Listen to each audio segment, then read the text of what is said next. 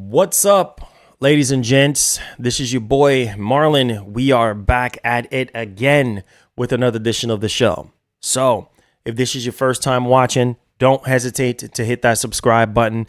Turn on that post notification bell so you never miss out on the daily updates that we have in the land of PlayStation and Xbox. If that is something that intrigues you, then this is the place for you. Welcome back to the channel, guys. All right, man. Giving everybody some time to kind of file in here. And we got some topics. We got a massive discussion that we need to have, man, when it comes to exclusivity, preferably PlayStation. We're going to be digging deep into this. As you guys can see, the main topic of discussion today will be Stellar Blade for the PS5. Sold only 1 million copies. Only 1 million copies. We got to talk about that. Okay. Like that just cannot be accurate at all. So we're going to be digging deeper into that one. We're also going to be talking about Shawn Layden. He basically spoke on there should just be one console in the future, like one standard console in the future, because the difference between these consoles are, small, basically, very, very small, and they're using the same architecture. It's not like the PS3 and the Xbox 360 generation and things of that nature, which I definitely do understand that because we're definitely seeing a shift here, especially when it comes to, the next Xbox and the next PlayStation. They're essentially going to be using AMD for the chip. Now there's a talk between them switching from x86, which is the traditional architecture, to ARM, which I think for them would be a little bit easier or whatever the case may be. And so, Shawn Layden was just talking and saying like, man, everybody just needs to stop the, PS5 versus Xbox console war stuff, which that's already null and void and done with already. And I've always said that now it just comes down to the games. What are the games that you are going to be putting out, right? That's the biggest thing. What are the games that you're going to be putting out? Are the games that you're putting out quality? If they're not quality, then it makes no sense. But yeah, he talked about that, and it's crazy because, like I said, Sony is going to do what Sony is going to do with their next hardware or whatever the case may be. Microsoft, on the other hand, they're touting about huge technical leap moving forward and this and that. And I want to see a huge technical leap with the games as well. Performance needs to be up there as well. Like, you have your performance and then you have your console. And as long as you're pushing the console and everything, I feel like we should be good to go. But in order for that to happen, like, you need great developers. You're going to need top-notch developers that are willing to not be lazy and also dial in and push the limits of what the console can do. So, we're going to talk right now. I need everybody to hit that like button right now. I am very upset right now. I am very upset. As you guys can see in my thumbnail, in just my body language right now, I am very upset right now because this is why I say, man, exclusivity, bro, is a joke. It literally is a joke. Like, that's why you see, I'm trying to wait for everybody to get in here, bro, before I start going in, because this is crazy. This is like, it makes no freaking sense. It makes no sense for all these people that have PS5s. And it's like, they're just not buying the games, man. They're just not buying the games. Like, if you look at the install base of the PS5 right now, what is it? 60 million? 60 million people. 60 million people with PS5s. And if you have a game that's exclusive to the box, right? You would think that, oh, it's a PS5 exclusive, like, and granted, Stellar Blade is not like a everybody type of game, but still, I think it should appeal to a wider amount of audience. And it's, I don't know. This is why I say, man, exclusivity has to go. It has to go, bro, because it is hurting every single thing right now in terms of growth, in terms of sequels and things of that nature. People are just not buying the games. And I don't know, man. I don't know. There's only so much you can do as an individual. I know there's a lot of people out there that buy the games. Every time they come out, they buy the games. They buy collector's editions. They buy, whether it's a digital only release, they'll still buy it. Like, I don't know what's going on, bro. Like, this is why Sony is going to continue to be aggressive on the PC platform. People need to stop getting mad. Stop getting mad. And you know, like with Elden Ring, what people are saying in Elden Ring, get good. When you keep dying in Elden Ring, they're like, get good, get good. Stop complaining and get good. The same thing for the PlayStation fan base. You know what I mean? Like, you whine and complain and sit there and get on Sony's case about, oh, why are you putting games on PC? Why are you putting games on? What you mean, why we're putting games on PC? We're putting games on PC because we have to. Because you guys are not buying the games. You guys are not buying the games like you're supposed to. So, of course, we need to continue to put our games everywhere as much as possible. Same faith. I felt like Helldivers 2 would have suffered. Helldivers 2 would have not sell as well, right? If it wasn't for the PC master race, if it wasn't for the PC fan base, because PS5 alone just can't seem to, it's just not strong enough. That fan base is just not strong enough. Hence why we heard from Hiroki Katoki, from Herman Hulse, when the numbers came out, when the report came out, that, you know, majority of the player fan base, the majority of the user base is on PS4. Majority of the user base is on PS4, right? So what does that tell you? The majority of the people that are playing on PlayStation ecosystem is PlayStation 4, not PlayStation 5. That is a problem. Because we are 4 years into the generation. 4 years into the generation. And at the same given time, it seemed like this generation is not even, it shouldn't even exist at this doggone point. Like, it makes no sense for this generation to exist because it's a joke. It literally is a joke. You spend so much time, research, development, you know, all these games take so long to make. And whenever they do come out, they just don't sell. Unless it's Call of Duty or unless it's something that is a staple like Halo or something that's already have a huge amount of people, Diablo or something like that. You know what I mean? Like, unless it have a huge cult following, a fan base. It's very scary, man. Uncharted freaking waters, man. Like, it's so freaking sad because when you look at it from this point of view, it's like you're making new IPs, bro, and it's very risky. It's very risky. It is very risky because you make a brand new IP, it might sell, it might not sell. At least you know if you do your regular sequels and things of that nature, well, that's gonna sell. Right? Because you already know there's a fan base for that particular franchise. So for instance, God of War, Spider-Man, easily 10 million copies. Easy 10 million copies. Okay? Okay? I'm not asking you, I'm telling you.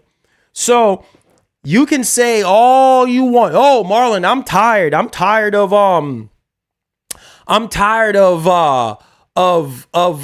sequels. Well, you better start loving them.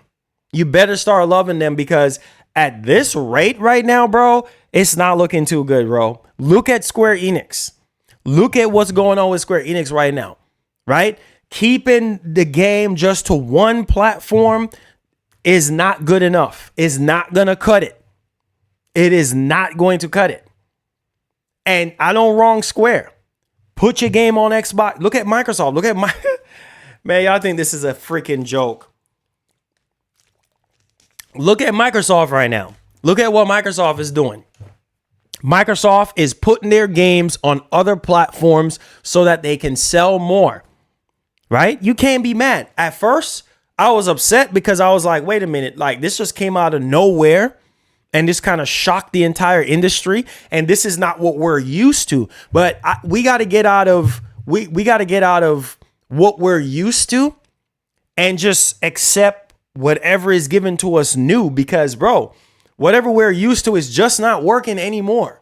This is not the 90s. This is not the early 2000s. I mean, franchises that used to work ain't working no more. Granted, we need new IPs, but the problem with new IPs is it's a double-edged sword, because you make a new IP and if it's not going to mesh well with the audience that we currently do have right now, or if you look at the data and see what everybody is playing when they log into PlayStation Network and they turn on their PS5s, what are they playing? What are they firing up the most? What's getting the most attention? That's what you got to focus on. And try to build something in that particular vein. Now, granted, it's a double-edged sword if you make something similar in that vein. And the reason for that is because people are going to be like, oh, it's so much like God of War. And oh, it's so much. Here people go complain. People are always going to freaking complain. But what I'm saying is, it's just hard to figure out people and what they like and what they want to play. I just don't get it. I just don't freaking get it. It's sad. The future of exclusivity, bro, is going to be a thing of the past. It literally is. It makes no sense to make a game exclusive anymore. It's pointless. Because at the end of the day, you're going to buy whatever console you're going to buy to play whatever game, whether it's third, second, or first party. You see what I'm saying? Exclusive or no exclusive, people are going to buy the console that their friends have, more of their friends have, more of their family have, whatever the case may be, so they can go play with their friends and families or whatever ecosystem you're used to or you love, exclusivity or no exclusivity. What sells the most on a console? What sells the most on a console? Third-party games. Third-party games. Not first, not second, third-party games. That's what people buy the consoles for. And then first party is last, right? In terms of numbers. You know what I mean? I mean, these third party games are crushing first party games, right? Now, granted, Sony is in a pickle right now because it's like, bro, they know in order for them to continue to even sell even more consoles on top of what people are already buying third party wise, they know they have to keep on pumping out first party games. And they know that, hey, we got 1 foot in and 1 foot out. We got our foot out when it comes to PC, right? And when you look at PC, we're just doing our live service games on PC right now, day and date on PC. Our exclusive games, our Spider-Mans and stuff like that, yeah, that's like a year minimum, right? Just to give you enough window as the buyer to say, hey, you know what? I'm not going to wait a year. I'm not going to wait a year and a half, or I'm not going to wait 2 years. I'm going to buy it now, or I'm not going to wait 6 months. I want that now. I want to grab that now. So if you want to grab that now, you're going to buy it now. And that is the strategy that's been working for Sony, right? And that's something that they're going to continue to do, regardless of the fact. But hear me and hear me very loudly on this one. How long can you keep doing that for before people get tired? How long can you keep people hooked and engaged and happy for before people get tired? You know, one of the biggest talk of the town right now is, oh, Marlon, I'm tired of the same stuff. I'm tired of Spider-Man. I'm tired of this. I'm tired of that. But bro, Those are the games that are carrying Sony right now on the first party side. Not no new IP. The freaking games that y'all saying that y'all tired of. Those are the games that are carrying Sony. Spider-Man, God of War, those type of games, those type of franchises are carrying Sony. It's so rare when you see a new IP perform. Look at what happened to Tango. Y'all think this is a joke? Look at what happened to Tango. Right? They made a brand new IP that appealed to everybody. I'm follow along on what I'm saying right now. This is not a joke. This is not a game. Hear me loudly today. Tango made a brand new IP, right? And Aaron Greenberg said, "Oh yeah, dog, yeah, it's performing great. It did great. Great performing numbers, baby. It sold well. Woo! Crushed it on Game Pass. Woo!"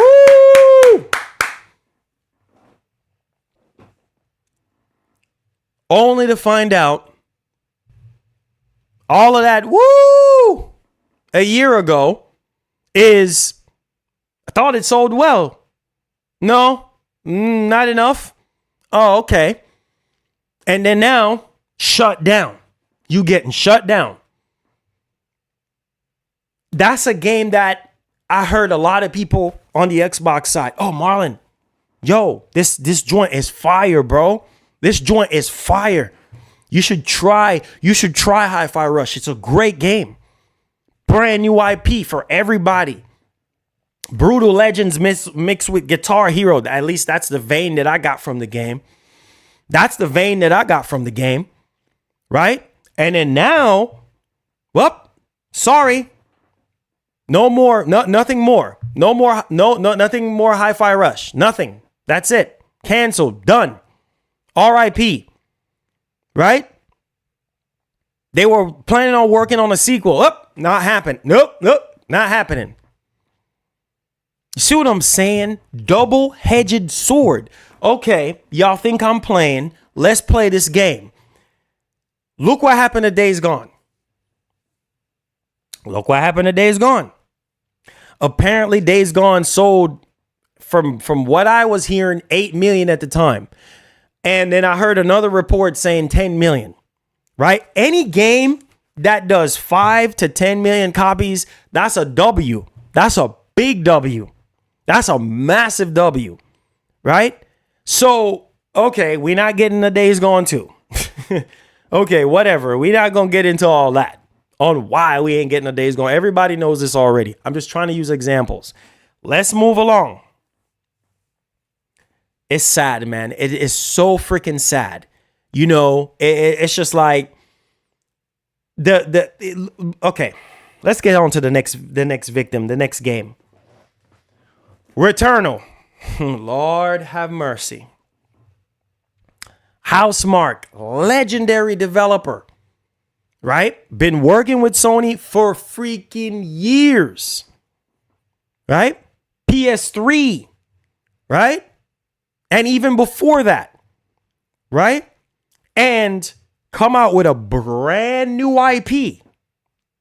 Returnal. I will never forget that game, because you know what? When I finished that game, bro, I felt so rewarded. I didn't feel like bad, or, you know, sometimes when you beat certain games and it just feel like you have to force yourself to beat it. No, I didn't. It's just like I wanted more. After I beat the game, I wanted more. And I was like, man, the DLC came out, finished the DLC, the tower DLC where you got to keep on going up on the tower, waves after wave. Love Returnal. It's funny how life works. Like when Returnal first came out, I was like, man, this game is hard. This game is hard. But when I was locked in and I started learning the mechanics, know when to dash and when to fire and all this, and I was like, I got this. You know what I mean? And exercising my muscles, my memory, and learning the mechanics, I love that game. Loved how it ended on a cliffhanger and everything. I said, man, we need a Returnal 2. Around this time, Here, follow with me down memory lane here. Around this time, we got report that, Returnal only did 500,000 copies. I said, what? 500,000 copies? Then after that, I think I heard something about it did 1 million or a little over 1 million. I haven't heard anything else from there. Around that time, the PlayStation fan base was complaining. They were complaining because this ain't worth $70. Now, granted, hold on. Follow. Now, granted, Metroidvania type games are not for everybody. Just like Souls type games are not for everybody. Follow what I'm saying. People still complain. I don't like it. Too hard. Ain't worth $70. It's a DLC. This ain't that. Complaining. Brand new IP for the PS5. Okay. We leave that in the dust. Leave Returnal in the dust. People still don't like that game to this day. We'll leave that game alone. And we got Ratchet and Clank. Right? Legendary franchise. Ratchet and Clank. Legendary. PS2, PS3. Legendary franchise. Right? Brought that back. People were complaining too. Right? It sold well. So I think, if I'm not mistaken, between 8 to 10 million copies on that, if I'm not mistaken on that one. But a lot of people didn't like it. For whatever reason, they didn't like it. To me, that really showed you what the PS5 can do. So I'm confused about the PlayStation fan base. The PlayStation, let me say 5 fan base. I'm confused because I don't know what you want. And at this point, I think I know what people want, but I don't even know. Because on one hand, you hear people saying, I want remakes. Remake. You know what? It's a shame. It's a shame. Besides third party, it's a shame that the only set of genre or format of games that are selling very well right now are remakes. Y'all not even hearing what I'm saying. You're not hearing me. Remakes. That's what's selling.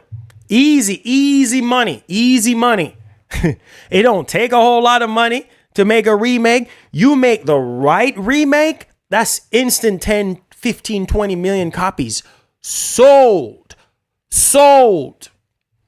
Easy money. So it's like you're better off making a remake than making a new IP. Because all of us want new IPs. Yeah, we're tired of the Spider-Mans and tired of Uncharted and tired of Horizon. Right? We're tired of all these games. Rinse and repeat. But that's what's making the money. Spider-Man 3 comes out. Guess what? Easy 10 million. That Venom game comes out between 5 to 10 million. Easy. All them superhero games, easy money. Not asking you, I'm telling you. Easy money. My cop friend used to say that when I used to work at FedEx. Every time he used to see me, he said, "What's up, easy money?" That's easy money. Right? That's why Sony is going to... Why do you think Insomniac, majority, the bulk of what they're working on right now is friggin' superhero games? Wolverine, easy 5 to 10 million copies. Not asking you, I'm telling you. The X-Men game that they're working on, easy 10 million copies. Easy money. It ain't going to be selling no million copies. It's going to go way more than that. Not asking you, I'm telling you. And on top of that, the Spider-Man 3 situation, from what we learned from the Insomniac situation about them doing this episodic stuff that everybody was against with Final Fantasy VII Remake.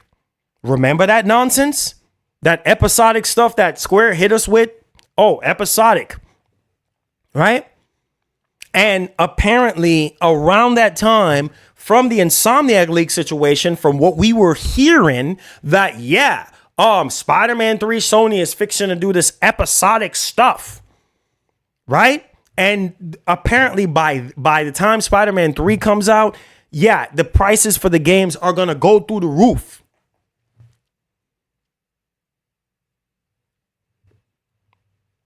I don't know, man. I don't know. I just, this is why I see Microsoft doing what they're doing. Kudos to them.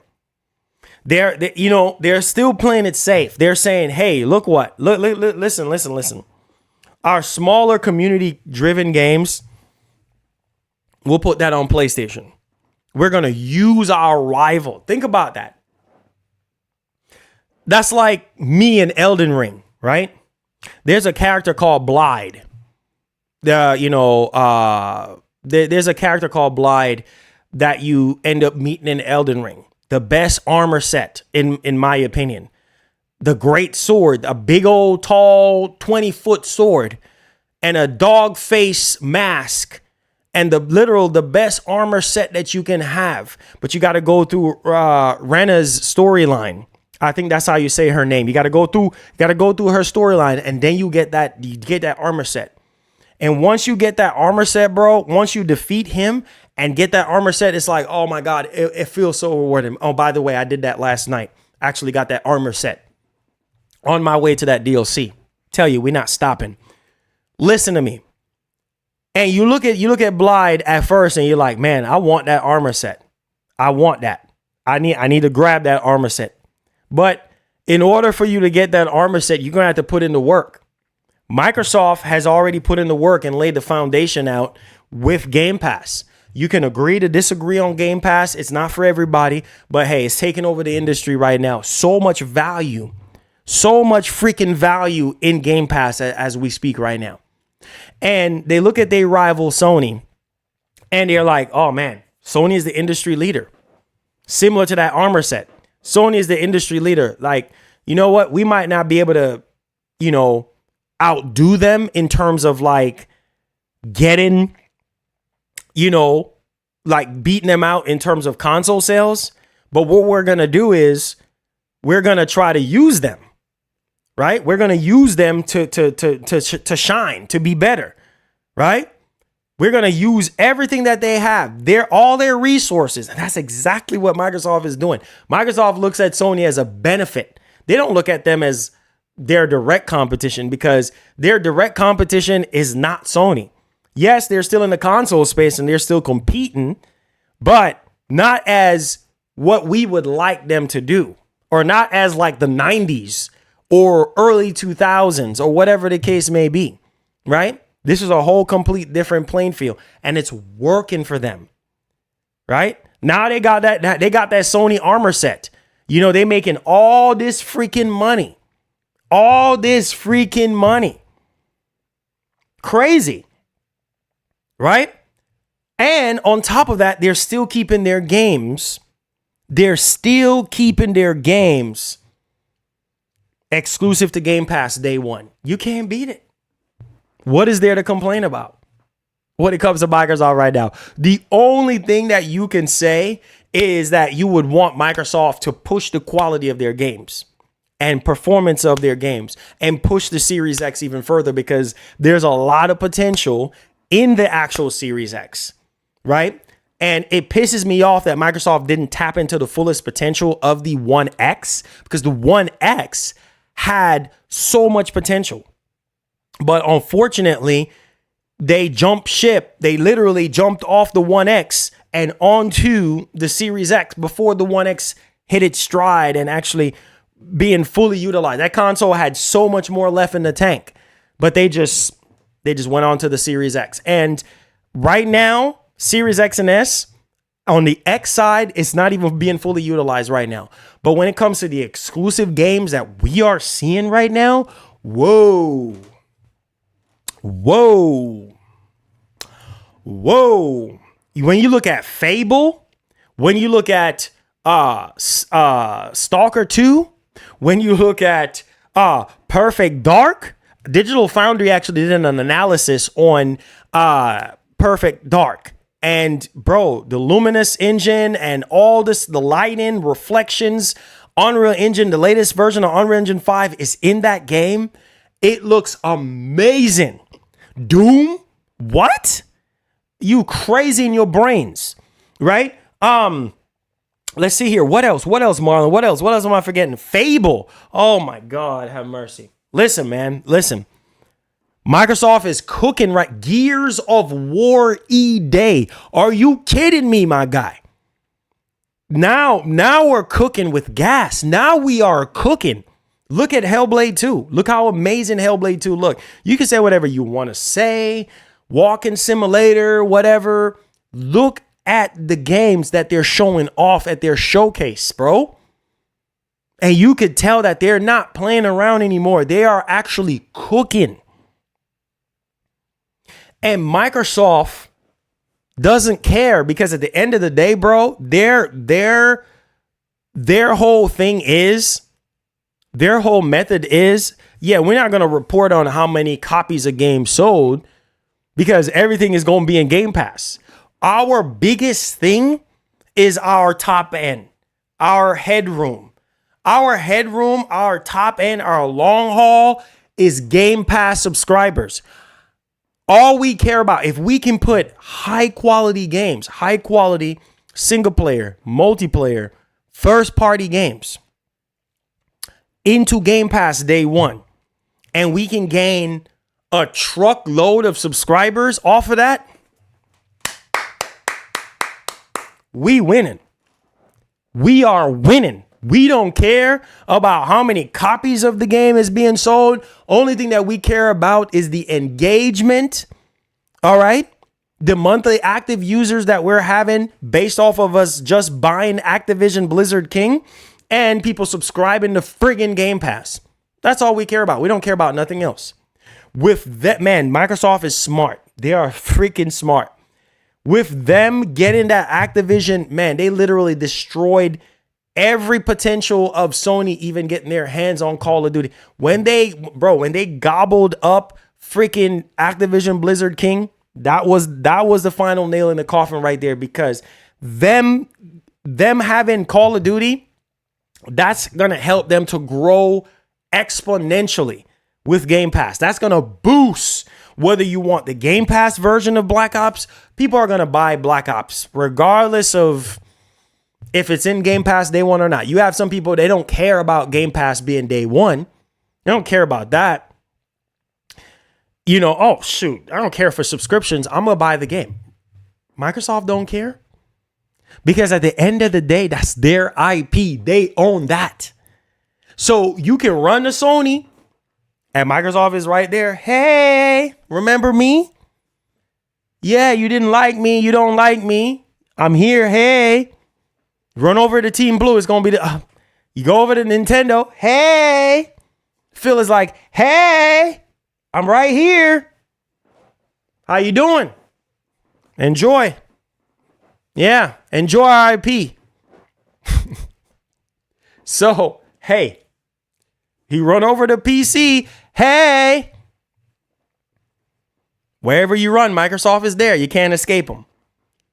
Sony, on the other hand, well, Sony made the exec decision not to put their games day and date with PlayStation Plus. Well, Marlon, why is that? Because they can't afford to.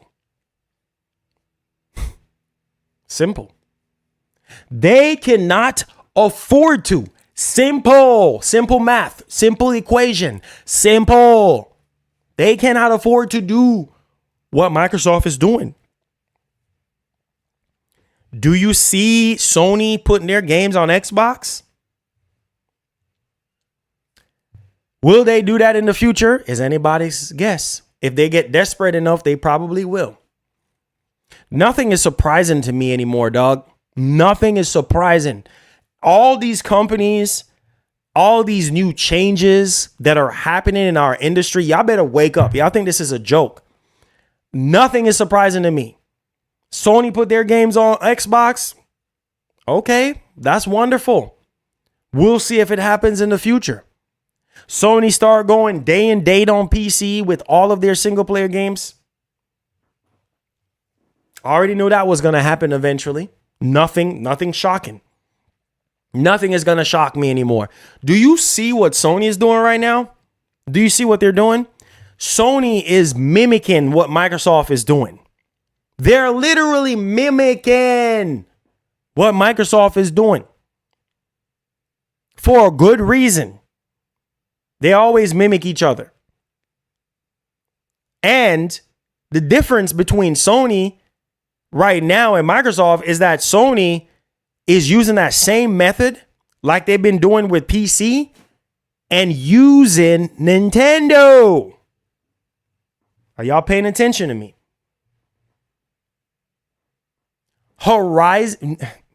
Sony is smart. Sony got smart, real smart. After Microsoft made that move and said, we're going to put 4 of our games on other platforms. So I bet you Sony was like, oh, shoot. Okay. All right. Let's make some calls. Let's get. And granted, this Lego game obviously was in development way before Microsoft even made the announcement.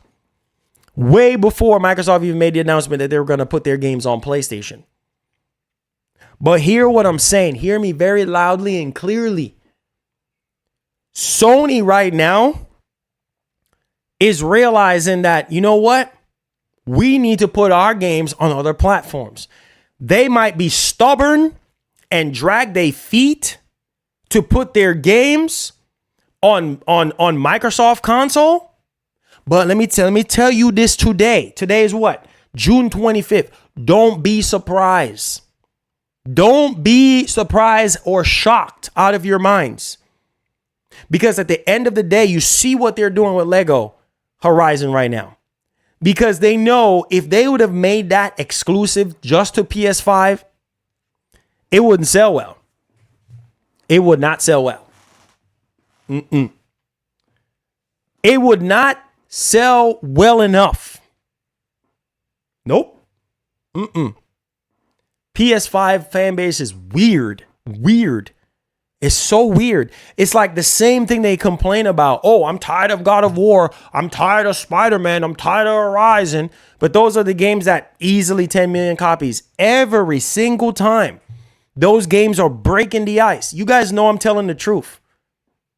But those smaller type of games, Lego, this and that, most of you dudes don't care for that. Look how y'all acting with Astrobot.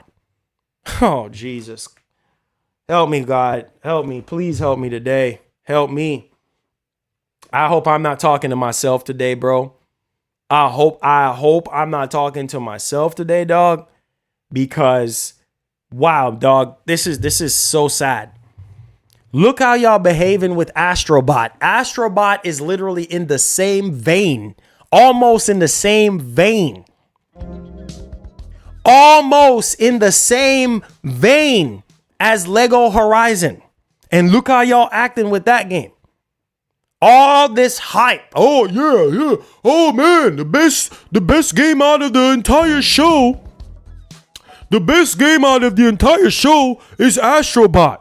Astrobot carried the state of play. Y'all, rah. And then when Astrobot comes out, will it even sell 1 million copies? Same thing about Stellar Blade. I'm done. I can't. I seriously cannot.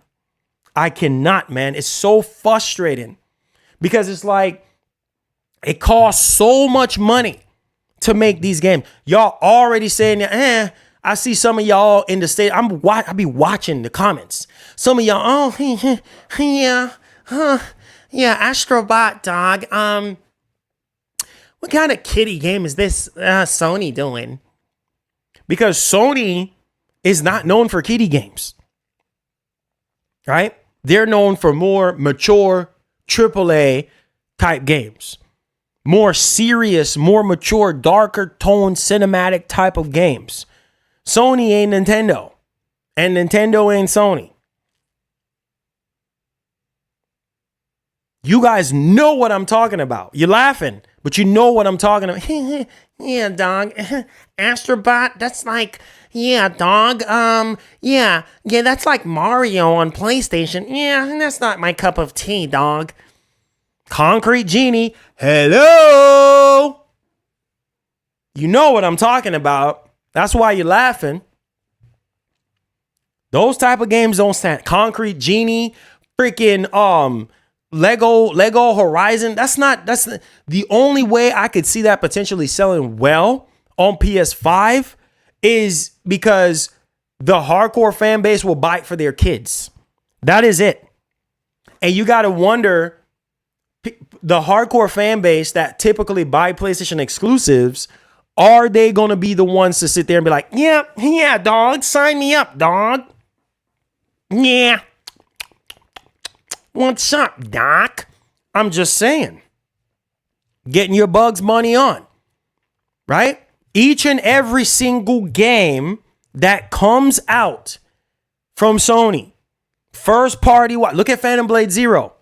That is another game that scares me. It's scaring me right now. Because it's like, apparently, according to the developer, it is not a Souls type game, right? But to me, it seems Souls like. And those type of games, right, typically don't appeal to everybody. Phantom Blade Zero is just not going to be for everybody. I'm worried about that game because if Stella Blade suffered this fate, I'm worried about Phantom Blade Zero. And that is supposedly not an exclusive game to PS5. They just chose to develop the game on the PlayStation 5.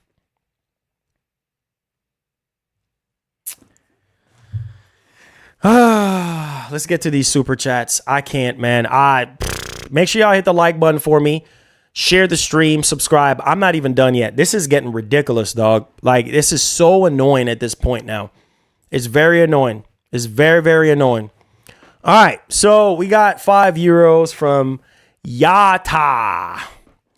All right, so he says Sony need to start offering first party on their subscription service, and they must reboot titles like Killzone and improve multiplayer offerings. I hear you about improving multiplayer offerings and bringing back Killzone, but they're not going to put their first party games in their subscription service. Not happening. It said, bro, Stella Blade CEO wants to bring it to PC mods. Oh, Lord. Nix with the 2. Thank you for the support. Thank y'all for the super chats. Keep them coming. Says, let's not forget the power of Xbox FPS boosts. Zorro says, Stellar Blade only sold 1 million. They made it seem like everyone was playing it and selling. Shaking my head. Okay. Let's get right into the news. I just had to get that off my chest. Make sure y'all hit the like button for these consistency when it comes to these streams. Hit the like button for me. Get them likes up like you did yesterday. Just a couple housekeeping things. Hit the like button, hit the share button. I appreciate you guys for being here. Tag me at any point of the show if you do have any questions or any concerns, because I'm about to go in right now, because this makes no freaking sense. Like, it makes no sense whatsoever. All this hype and commotion and this and stellar this and stellar that. Man, I don't know, bro. It's just, I know sometimes Sony probably looking at the fan base and just like shaking their heads like, Sony's just like, we don't even know what else to do right now. We're trying everything that we can, and people are they're not biting. They're not clinching onto the games. Like what else? Like I said, what I want Sony to do, bro, is tap into their legacy IPs on top of the new IPs and also on top of the sequels that we've been getting continuations of. That's all I want them to do.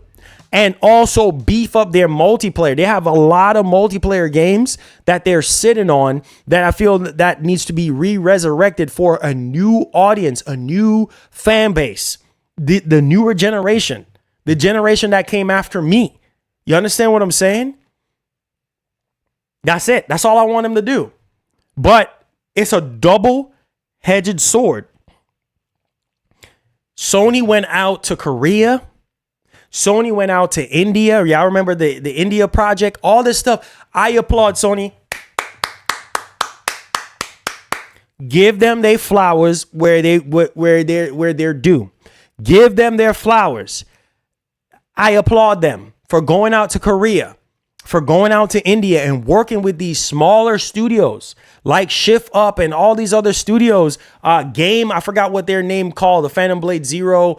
I know they didn't have any exclusivity according to them, but I'm just saying, working with those smaller studios, bro, that's a huge plus. And bringing their games to a much more wider, hundreds of millions of people to be able to see and be able to play into their actual ecosystem is awesome. So I give Sony credit in that department. The problem is with those smaller companies or smaller publishers or smaller developers, a lot of those games are just not going to appeal to everybody. And you waste so much time in marketing these games, right? And pushing it out there to everybody. Now, let me go ahead and dig into this one. I have a lot to say on this topic because this is getting ridiculous, bro. This is like, I don't even know. If I was Sony right now, I wouldn't even know what else to do. I really don't know what else to do, bro. Because there's no way. If Sony continues down this path, there's no way they're going to top PS2. There's no way. They'll be lucky if they pass up PS3 in lifetime sales. I'm not joking. Because right now it's just not looking too good, bro. It's not looking too good. You know, it's crazy to think that everybody that's under the sound of my voice right now are waiting on the obvious games to get revealed. That is it. You can split up the fan base in 3 different ways. So let's slice this up 3 different ways. You have, on one hand, you have some of the fan base. Oh, we want new stuff. And then you have some of the other fan base in the middle. Oh, yeah. We want Spider-Man DLC. We want Ghost 2. We want this. And then on the other hand, you have a mixture of remakes and remasters of games that they really, really do want, and multiplayer games that they really, really do want, whether it's live service or whatever the case may be. Right? Split it up in 3 different ways. But the problem is, on the new IP side of things, it's just not enough people that are willing to take the risks that Sony is taking to buy the friggin' game. It's so annoying to buy the freaking game. Especially if the game is really good or decent or a good game in general.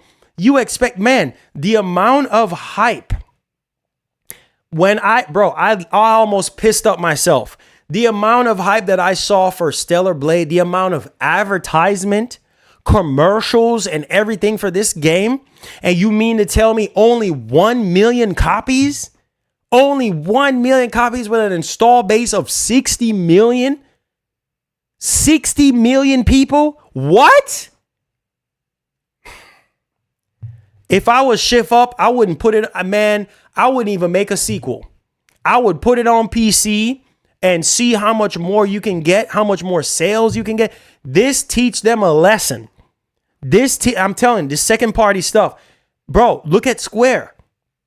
Look, we have seen it right in front of our eyes. Sony's been working with Square for years, right? Now I'm starting to see now, bro, having it just exclusive to PS5 as a business is just not sustainable. It makes no sense to make your game exclusive to PS5. It's a waste of time.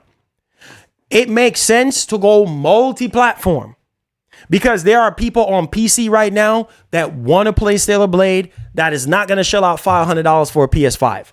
All facts. There are people that are on Xbox that can only afford one console and they have an Xbox and they look at Stellar Blade and they're like, I want to play that. But it's not on Xbox.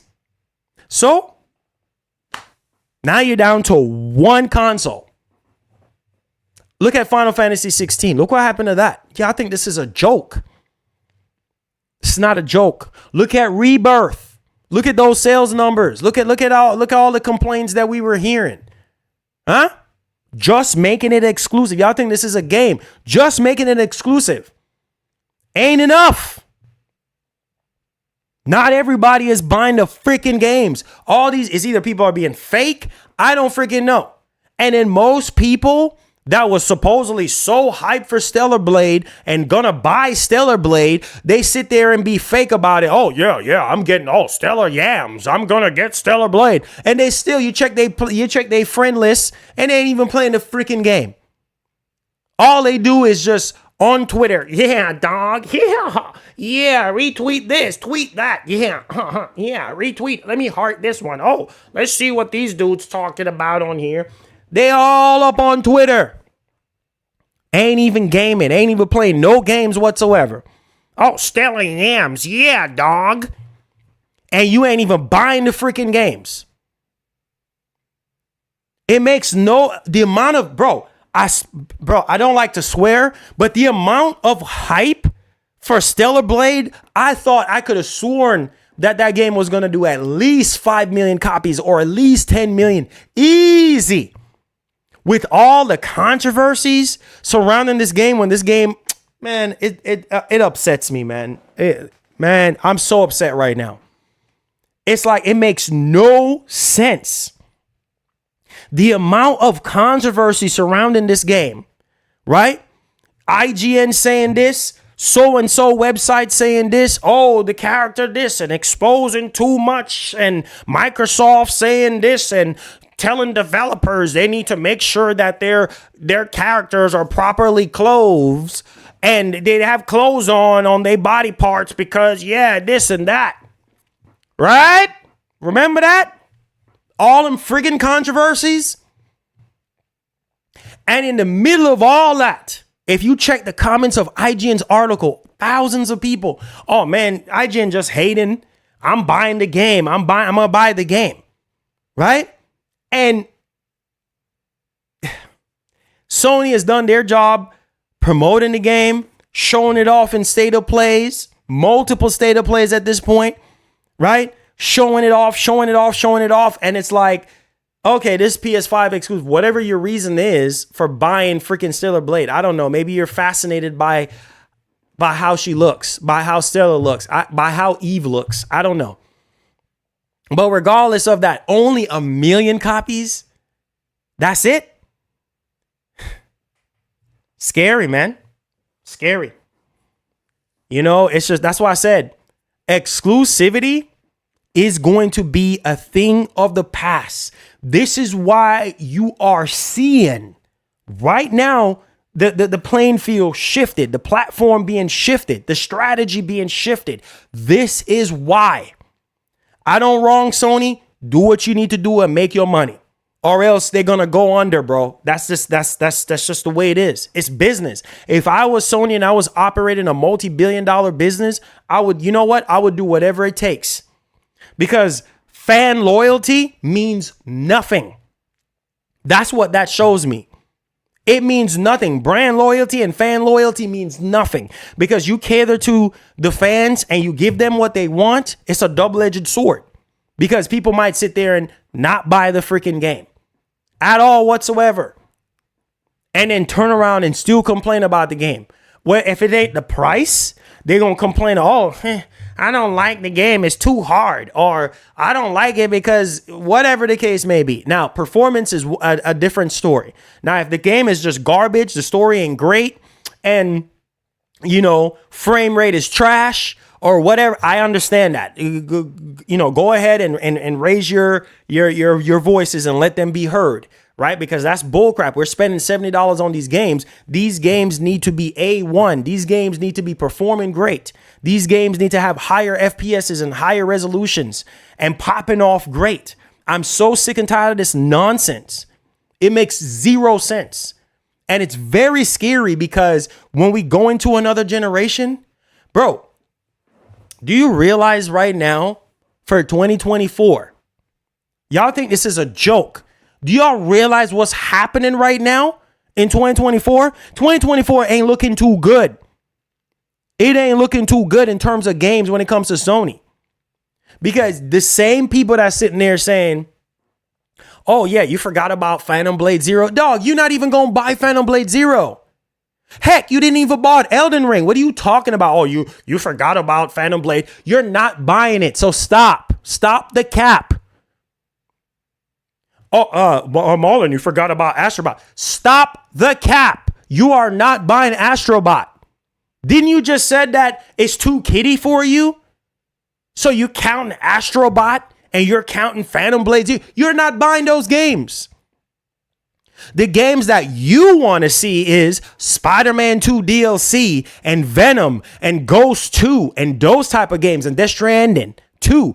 That's it. That's all you care about. So don't sit here and pump up no Phantom Blade doggone Zero and pump up no Phantom Blade to the highest extent knowing doggone well you ain't gonna buy it. So stop the cap.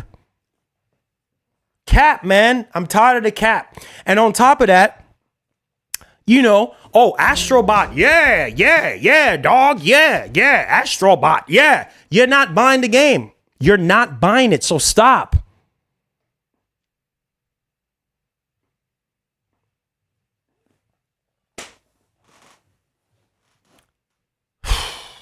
Listen, man, listen. You see, like, I'm not rich at all. Games from time to time I will get from companies. The rest of the time it comes out of my pocket. Right? Final Fantasy 16, I went out and go buy it. Final Fantasy 7 Rebirth, I got in my truck and I drove straight to GameStop. What did I do? Bought the deluxe edition, the $80 deluxe edition. Supported the game. Elden Ring, what am I doing? Still playing Elden Ring. Almost, you can ask my wife, almost every freaking day. I love Souls games. I'm not the best at Souls game, but I love Souls game. That's why I play them. Demon Souls, Dark Souls, all of that crap. You know what I mean? Elden Ring, all that stuff. And I'm going to buy the DLC. You know, I'm going to support it because I actually like that. The problem is with a lot of people, they get on these freaking hype trains and sit there and, oh yeah, can't wait for this to come out. And then you're not buying the game. You know doggone well you're not going to buy the game. So you're just mimicking what you're seeing happening in the industry right now. Whatever the next trend is, man, the industry is so predictable. Whatever the next big trend is, whatever the next big game is, that's what some of you dudes are going to hop on. Yeah, this game. And then you ain't buying it. And then you get mad when you do decide to play the game or you do decide to buy the game. And then you come to find out the sales numbers come out and it didn't do so well. It didn't do so well. We ain't coming out with a sequel. In this case, with Stellar Blade, they at least potentially thinking about making a sequel and doing a deal. I wouldn't do a darn thing. Waste of money, waste of time. If you didn't buy the first game, what makes you think you're going to buy the second game? Come on, somebody. Come on, man. Stop wasting time here today. We ain't got time to waste. You guys know I'm digging in right now. You guys know me very well. You know me. You know I don't play around. You know I speak the truth from my heart. I don't care who don't like it. I don't care who has something to say. You know me. I speak my mind and I'm a straightforward type of person. You understand what I'm saying? I made a lot of mistakes. I've done things that I'm not proud of, but I at least follow through with what I said I'm going to do. I follow through. You understand what I'm saying? I follow through. The rest of these people, it's a whole different, they're not even playing the games. You check their gamer tag, they're not even touching the games. Oh, I thought you said you were playing this. Oh yeah, I haven't gotten around to it. I thought you said you were buying it day one. Lies. The lies of freaking P is so relevant today. Lies, freaking lies. You're not buying the games. So don't get mad when Sony makes a decision that y'all don't like. What are you going to do when Sony say, we're putting all of our first party games on PC? What are you going to do? Throw your PS5, throw your investment out the window? Just like how everybody was sitting here being fake mad They were being fake mad. Oh, Spider-Man is Spider-Man is going to PC. I'm done with PlayStation. Man, shut your what? You ain't done with no PlayStation. You still on PlayStation right now. How many times Sony comes out every single year with more and more and more games going to another platform because they ain't selling. Maybe they did sell. The majority, maybe a few sold well, and then they go to another platform to even sell even more. While some of them just don't sell at all and just go into another platform. You want to get mad when you're a part of the freaking problem because you didn't buy the game? Freaking joke. Whatever, man. I don't have time for this bull crap. Mr. Nick says Series S holding back gaming, then came Hellblade 2. It says outside them bundles and cross-gen, nothing selling. Yeah, the games are not selling. Bro.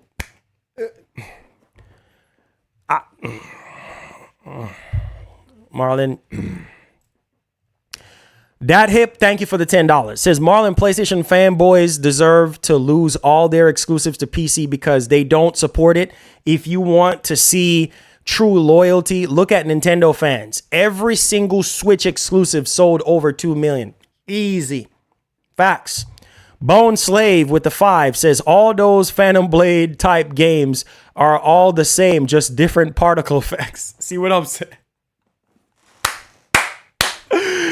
Oh man, he said give them the X-ray, not the real bone. Yo, listen. You see what I'm saying? The same set of people, you can't make this up. The same set of people that's sitting here talking about, oh yeah, dog, yeah. Phantom Blade, yeah, let's go. Sit down somewhere, talk about let's go. You ain't buying the game. You heard what old boy just said, right? Oh man, Phantom Blade 0. Same old. Just with different particle effects.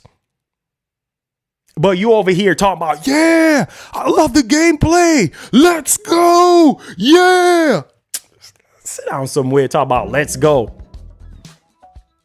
You know doggone well. You ain't gonna buy the game. You know doggone well Phantom Blade 0 ain't your cup of tea, but yeah, let's go. Let's go where? Where we going? Where? Let's go where? Like where are we freaking going? Like you're definitely freaking capping on that one, right? And you got some hardcore PlayStation fans that are sitting there saying, yeah, Marlon, I'm buying the game. I can kind of believe those people based on their track record. You know what I mean? But there's not enough of those people.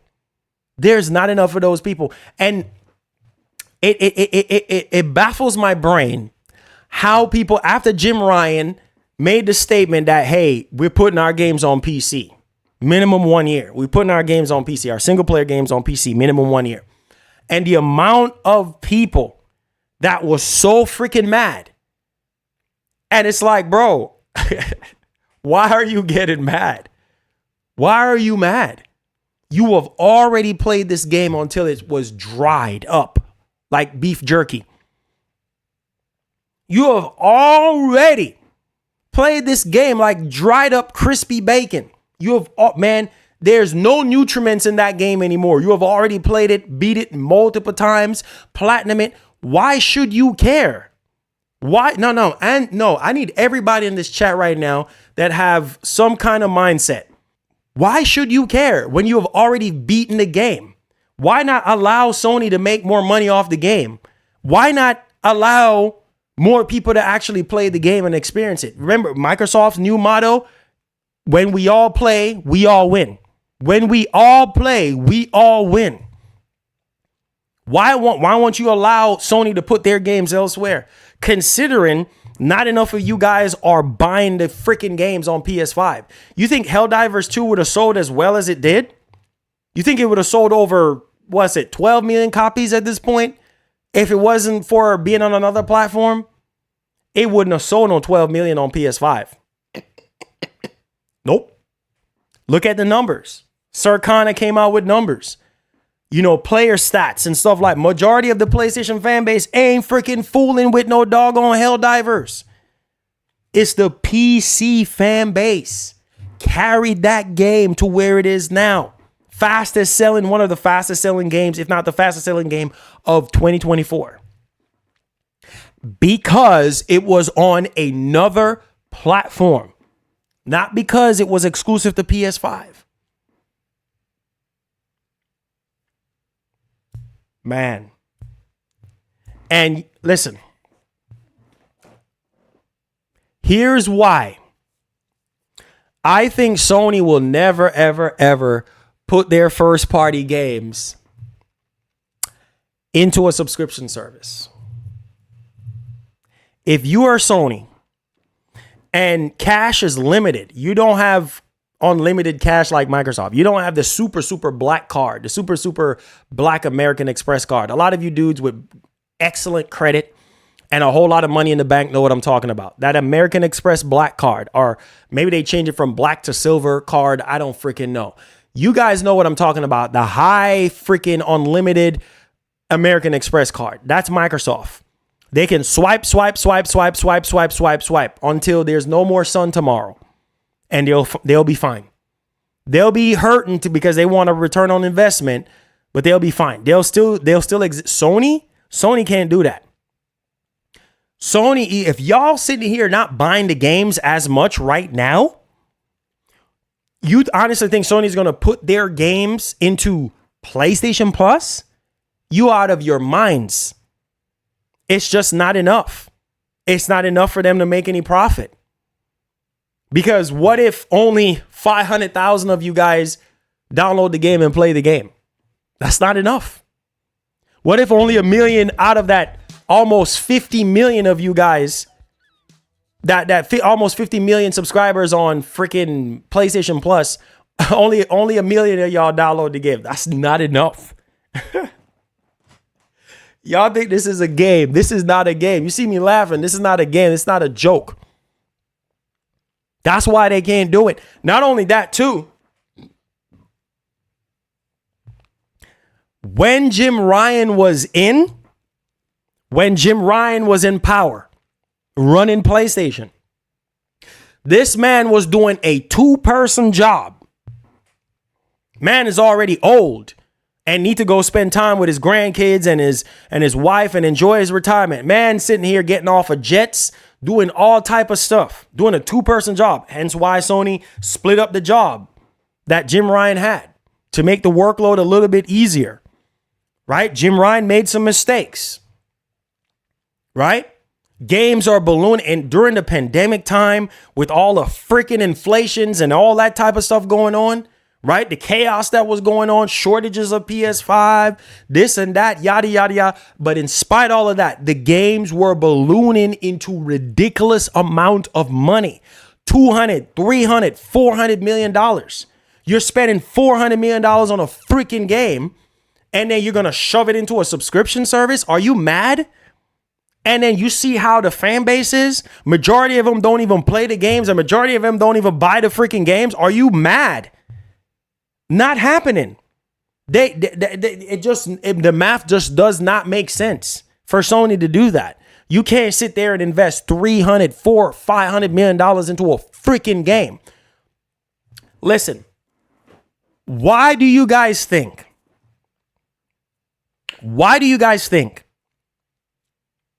God of War Ragnarok sold so well? Why do y'all think this is a joke? Why do y'all think God of War Ragnarok sold so well? Think it was because of PS5? The PS4 fan base. The PS4. Now I see. See? What a fool I was. But I know better. Because I've been doing this since 2005. I've been doing this video game stuff since 2005. I should have known better. Bro, I've been gaming on these consoles for years, since the very beginning. I should have known better. You know, now I see why. Now I see why Jim Ryan was doing what he was doing. What a fool. What an idiot. I'm quick to put myself down because I was a dummy. Not realizing that, yes, these games that are coming to PS5 that are cross-generation are being held back by PS4, but the PS5 version is still superior, and that's completely fine. You know why? You know why they're doing that? Because the freaking install base.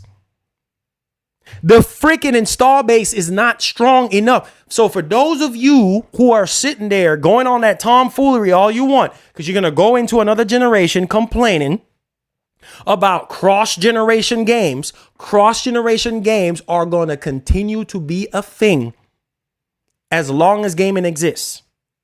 Marlon, why is that? Okay. What you mean, why is that? Okay. Let's put on my business hat for a second. Listen.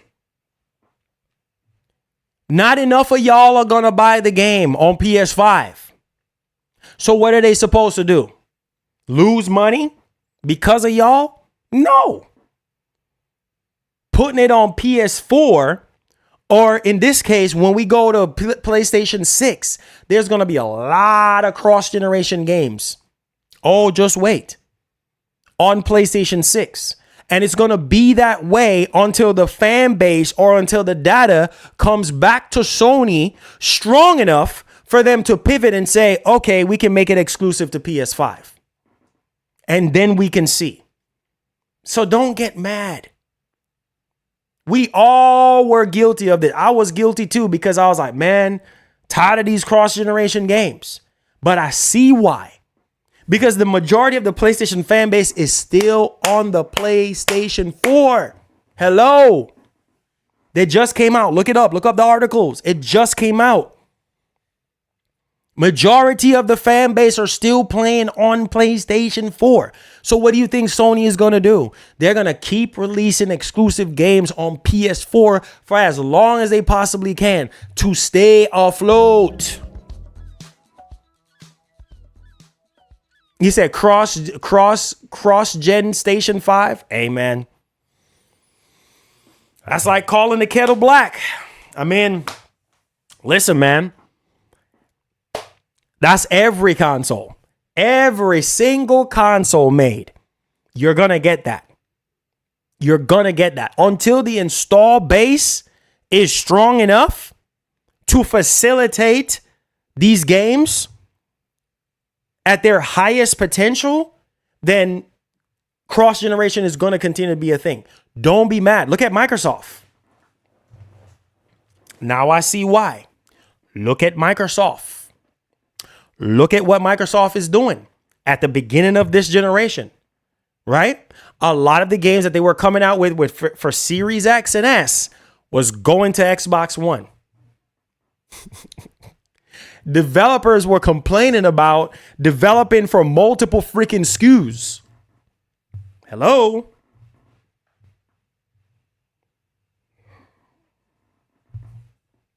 This is what it is, man. You're not buying the freaking games enough. So the moral of the story is this. Stop freaking complaining. Stop complaining and buy the games. That's it. If you buy the games, then Sony wouldn't have so much of an interest to put the games on another platform. I'm talking to the hardcore fan base. I'm talking to, you know who you are. You know exactly. I'm not saying no names, because I'm not that type of guy to say names. I ain't saying no names. You know who you are. All the people, you know who you are. You sit there and you ride that freaking horse. Oh, yeah, dog. Yeah, yeah. Right? I'm going to get this and I'm going to get that and I'm going to support this. And then you don't do it. But then you turn around and try to get mad at Sony for putting their games on another platform. What? Whatever. Yep, I'm still on PS4. See? What I just say? What I just say? What I just say? Listen, I'm not asking you. I'm telling you. If Stellar Blade, that game looked like a PS4 game to begin with. The game looks good, but does Stellar Blade look like a game that is pushing the PS5 to its limit? Does Stellar Blade look like a game that could easily run on PS4 Pro or easily run on PS4? Maybe not at the frame rates that you guys will want to play it at, but that's easy PS4 game. Easy PS4 game. They should have released that game on PS4. They should, man, that game would have sold way more than 1 million copies. Way more. But no. Now they're sitting here saying, yeah, we're gonna think about PC. We're gonna put this on PC day one. You know, not day one, but we're gonna eventually put it on PC. Let's just see how much it's gonna sell on PS5 first. That's exactly what happened. They could have easily simultaneously released it on PC. And here's the thing, buddy. If they would have released it on PC, it would have sold more than 1 million copies. I'm not asking you, I'm telling you. It would have sold more on PS4. If Sony would have said, you know what? Bump it. Let who want to be mad be mad. We're a business and we need to make money. So let's bump it. Let's put this on PS4, put this on PS5, and put this on PC. If Sony would have made that decision, it would have sold way more than 1 million copies. 1 million copies is by no stretch of the imagination horrible or terrible or the worst ever, but it's not. If I was an investor, if I was a shareholder, that's not what I want to see. 1 million copies, that's it? Nah, that is low. That is low. Wow. Very sad indeed. Can't believe this bull crap. Yeah, it's right here, man. Y'all don't believe me? It's in black and white right here. I'm going to pull it up for y'all. I think this is a joke today. Make sure y'all hit that like button, hit that share button for your boy. I'm going to pull this up. Let me pull it up and show y'all. Right here. Typed up right here. So you see that on screen? Look on screen right now. Stellar Blade Dev estimates the game has sold over 1 million copies. PC version still under consideration. Ay. Since its launch, it has ranked first in sales in major console markets such as US, UK, okay, and Bro, this is crazy. Just reading this, major console markets, US and UK, and only 1 million. Only 1 million? Oh my God. Wow, man. This is, it's just, did y'all see this right here, bro? From the CFO. Do y'all see this right here? Since its launch, it has ranked first in sales in major console markets such as the UK and the US. 1 million? That's it? Wow, man. Wow. We're considering a PC version of Stellar Blade, but we cannot comment on the exact timing. Oh, Lord have mercy. Are y'all seeing this? We are considering a PC version of Stellar Blade, but we cannot comment on the exact timing. Oh, Lord. 1 million copies, bro. 1 million. Or whether or not it will be released due to contractual relationship. Oh, Lord have mercy. I can't. Oh, God. Oh, Lord. So PC version is up in the air. They don't even know.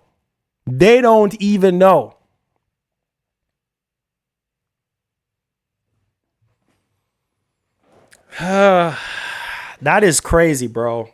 If you didn't get nothing out of this stream today, All I'm going to tell you is don't be surprised Sony makes the move that they make, putting their games on other platforms, because just making these new IPs or second party IPs exclusive to PS5, it just ain't cutting it.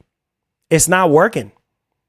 It's not all this marketing and hype. It's all lies. It's literally all lies and fabrication because people are just not buying the games.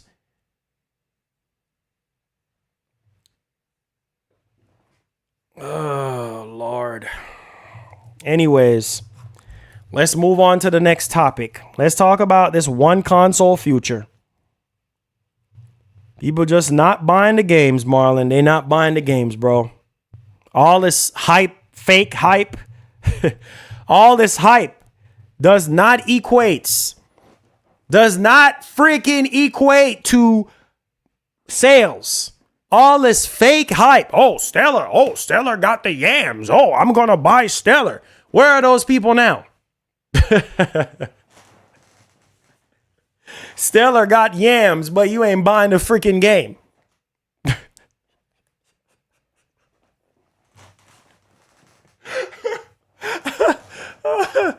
Oh, God have mercy, I can't. You know what I mean? Stella got yams, but you ain't buying the freaking game.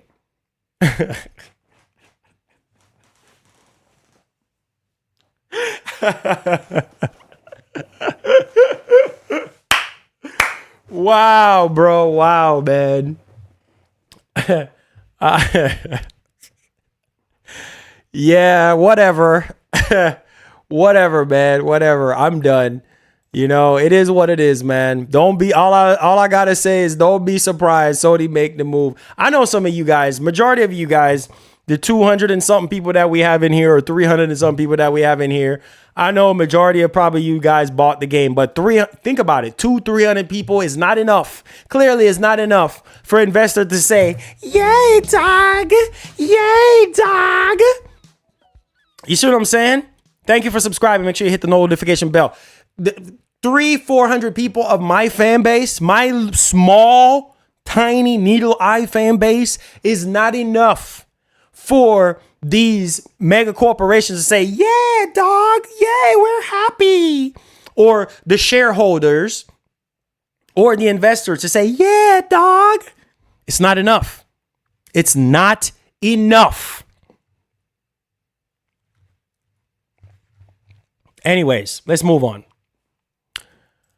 Oh, Lord, help us today.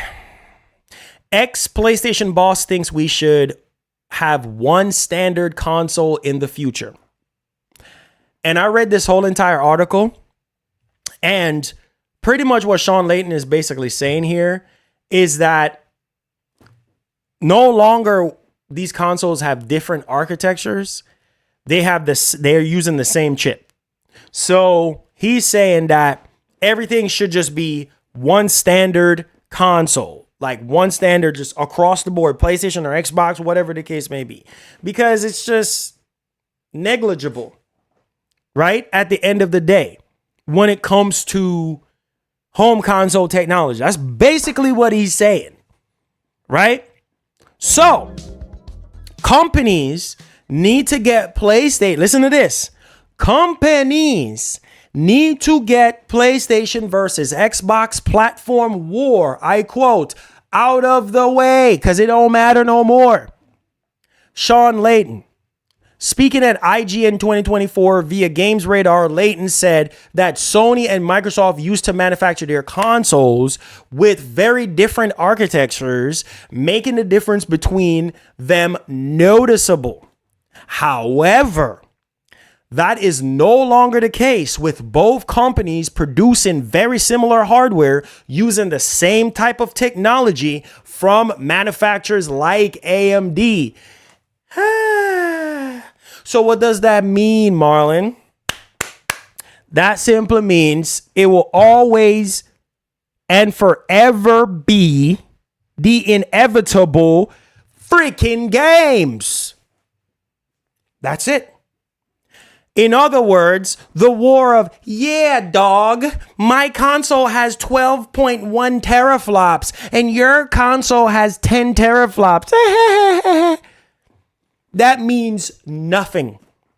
I don't want to see nobody talking about no teraflops no more when we get into PlayStation 6 and the next Xbox, because it don't freaking matter. Floating points don't matter at the end of the freaking day. Didn't Mark Cerny talk about that? On the road to PS5? Them talks are done. You notice you don't see nobody talking about teraflops. That's why I made that song. That's why I made that song. Right? Because the freaking, anyways, let's leave that alone. The ridiculousness of how you see PS5 sometimes outdoing Series X, and sometimes you see the Series X outdoing the Xbox. I mean, the Series X outdoing the PS5, I should say. Sorry. And it's like, it's not no huge difference, right? It's like a barely like half an inch difference. But we talk about T-flops and we talking about this and we talking about that don't mean nothing. Because at the end of the day, it comes down to the developers and how they cook. It's how they cook. Because here's the thing, buddy. If you don't cook right, if you start out cooking whatever meal you're cooking and you don't cook it right, it ain't going to taste good. It literally ain't going to taste good. You might as well dump it in the trash. Because you either overcook the meat, or you overcook the rice, or you overcook the vegetables, or you put too much salt in there and you can't eat it, or something. Same thing with these doggone games. You sit there and put that game in the oven too freaking long, guess what's going to happen? Something is going to go wrong. You're going to forget something. Just like how everybody and their mama is complaining about Elden Ring, the Earth Tree DLC right now, and saying how that dancing lion is so freaking annoying, right? And the game is too hard, but yet they still playing it. And what the From Software fan base is just like the Sony fan base. The same thing that Shawn Layden is talking about. They get good. Get good. That's what they tell you to do. Get good. Stop freaking complaining and get good. Why are you complaining about the dancing lion? Get good. Stop complaining and get good. That's what they're saying. Same thing goes for these consoles, right? You can have the world's most, Microsoft has proven that to us. You have the world's most powerful freaking console, but yet still your games are running like garbage, or your games are not fully utilizing the box. Case closed. Let's finish this up. Layden said that things like, I quote, ray tracing, differentials aren't very noticeable. That is true. Ray tracing is still a beast, even on PC right now. Turn up path tracing, everything on ultra settings. Yeah, and turn off DLSS and frame generation and see if you get 60 frames. That doggone ray tracing is so power hungry, it will eat away every resources you got in your computer. Just to trace those lines.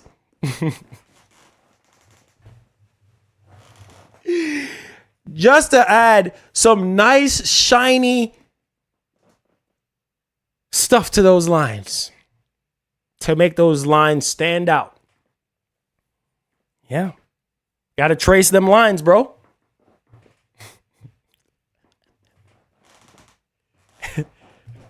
You want ray tracing?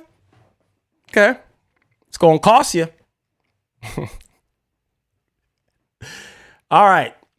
So especially since most of the players don't have a high-end display, Xbox, PlayStation, high-end PC, that's almost at a plateau. So he's saying right now that's almost at a plateau with, most players not having high-end displays. And that is true. or PlayStation or Xbox. That is true, because some people can't afford high-end displays. 4K, 32-inch, OLED, can't afford it. He's right.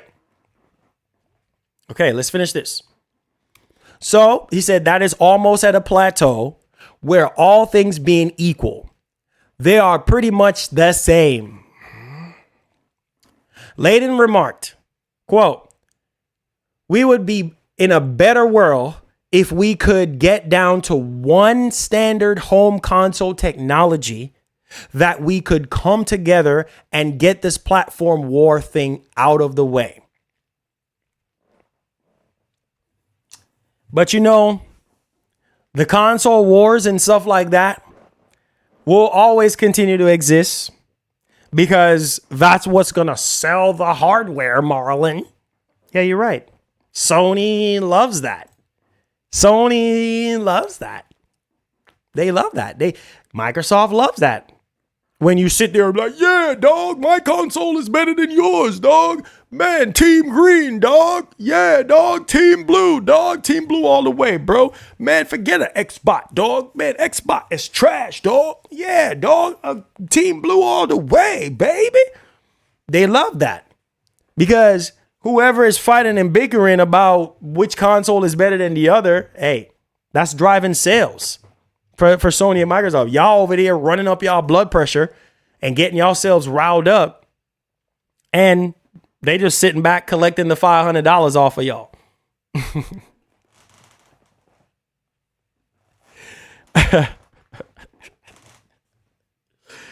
Oh, man. So, hey, man, the choice is yours, man. The choice is yours. Whichever way. Y'all laughing. Man, all I can do nowadays is laugh, bro. I learned my lesson a long time ago. Not me. I want to play everything. I'm everything. I'm everywhere where everything is at. That's it. I ain't got time. It ain't worth the blood pressure. It ain't worth the headache. It ain't worth the stress. Some of y'all say, some of y'all, I said, hey, y'all playing Elden Ring Erdtree DLC? Some of y'all said, Elden Ring, man, please. It ain't even worth the stress. Woo! Oh God. Oh, man. I can't stop laughing right now. And just like how y'all say it ain't worth the stress, same thing with this console war stuff. Vein popping out of the side of your neck, it ain't worth the stress. It ain't. Because you over here arguing with so-and-so, vein just rising at the side of your neck. It ain't worth it, dog. It's not worth it. It ain't worth it. I gotta laugh. I have to laugh, man. You know, the stupid things that we all used to do. Nah, man, it ain't worth it. Just play games. Play games, bro. Play games. That's it. Can't worry about these corporations and what they do. Just play games. You don't like something, just don't buy it. That's what people used to tell me. I learned my lesson. I learned the hard way in life. Hard way. And I promised myself, nope, not doing it again. Nope. Learn my lesson. Company does something good, give them their flowers. Companies do something bad that's affecting all of us, call them out. Case closed. That's it. Whether I'm gaming on PC, ever since I got my Series S, I've been playing the crap. I think I put probably about 15 to 20 hours, almost 20 hours into my Series S since I've gotten it. I've been playing the crap out of it because all my save files and stuff for Elden Ring is on Xbox. And I've been playing the crap out of it because I was like, yo, when I get to the DLC, I'm going to stream that for you guys. Right? But right now, I'm literally almost maxed out on my character right now. I'm just like grinding, farming, getting everything that I need to get. And we'll tackle the DLC, when we tackle it. But I ain't scared. I am not scared. I am not scared. But hey, you know what? Those of you who don't want to play certain type of games, I understand, because some of y'all, it's just not your type of game and it's too hard, and I get it. Same thing with a lot of these other games. Like, you say you want to get the game, buy the game, play the game. Because at the end of the day, bro, if you don't buy the game because of hearsay, and that's why I always tell you guys, make a purchase decision off of your own merit, off of your own mind. Can't listen to nobody. Enough with the chit chat. So remember, we talked about the PS3 backwards compatibility yesterday. I want to highlight this again.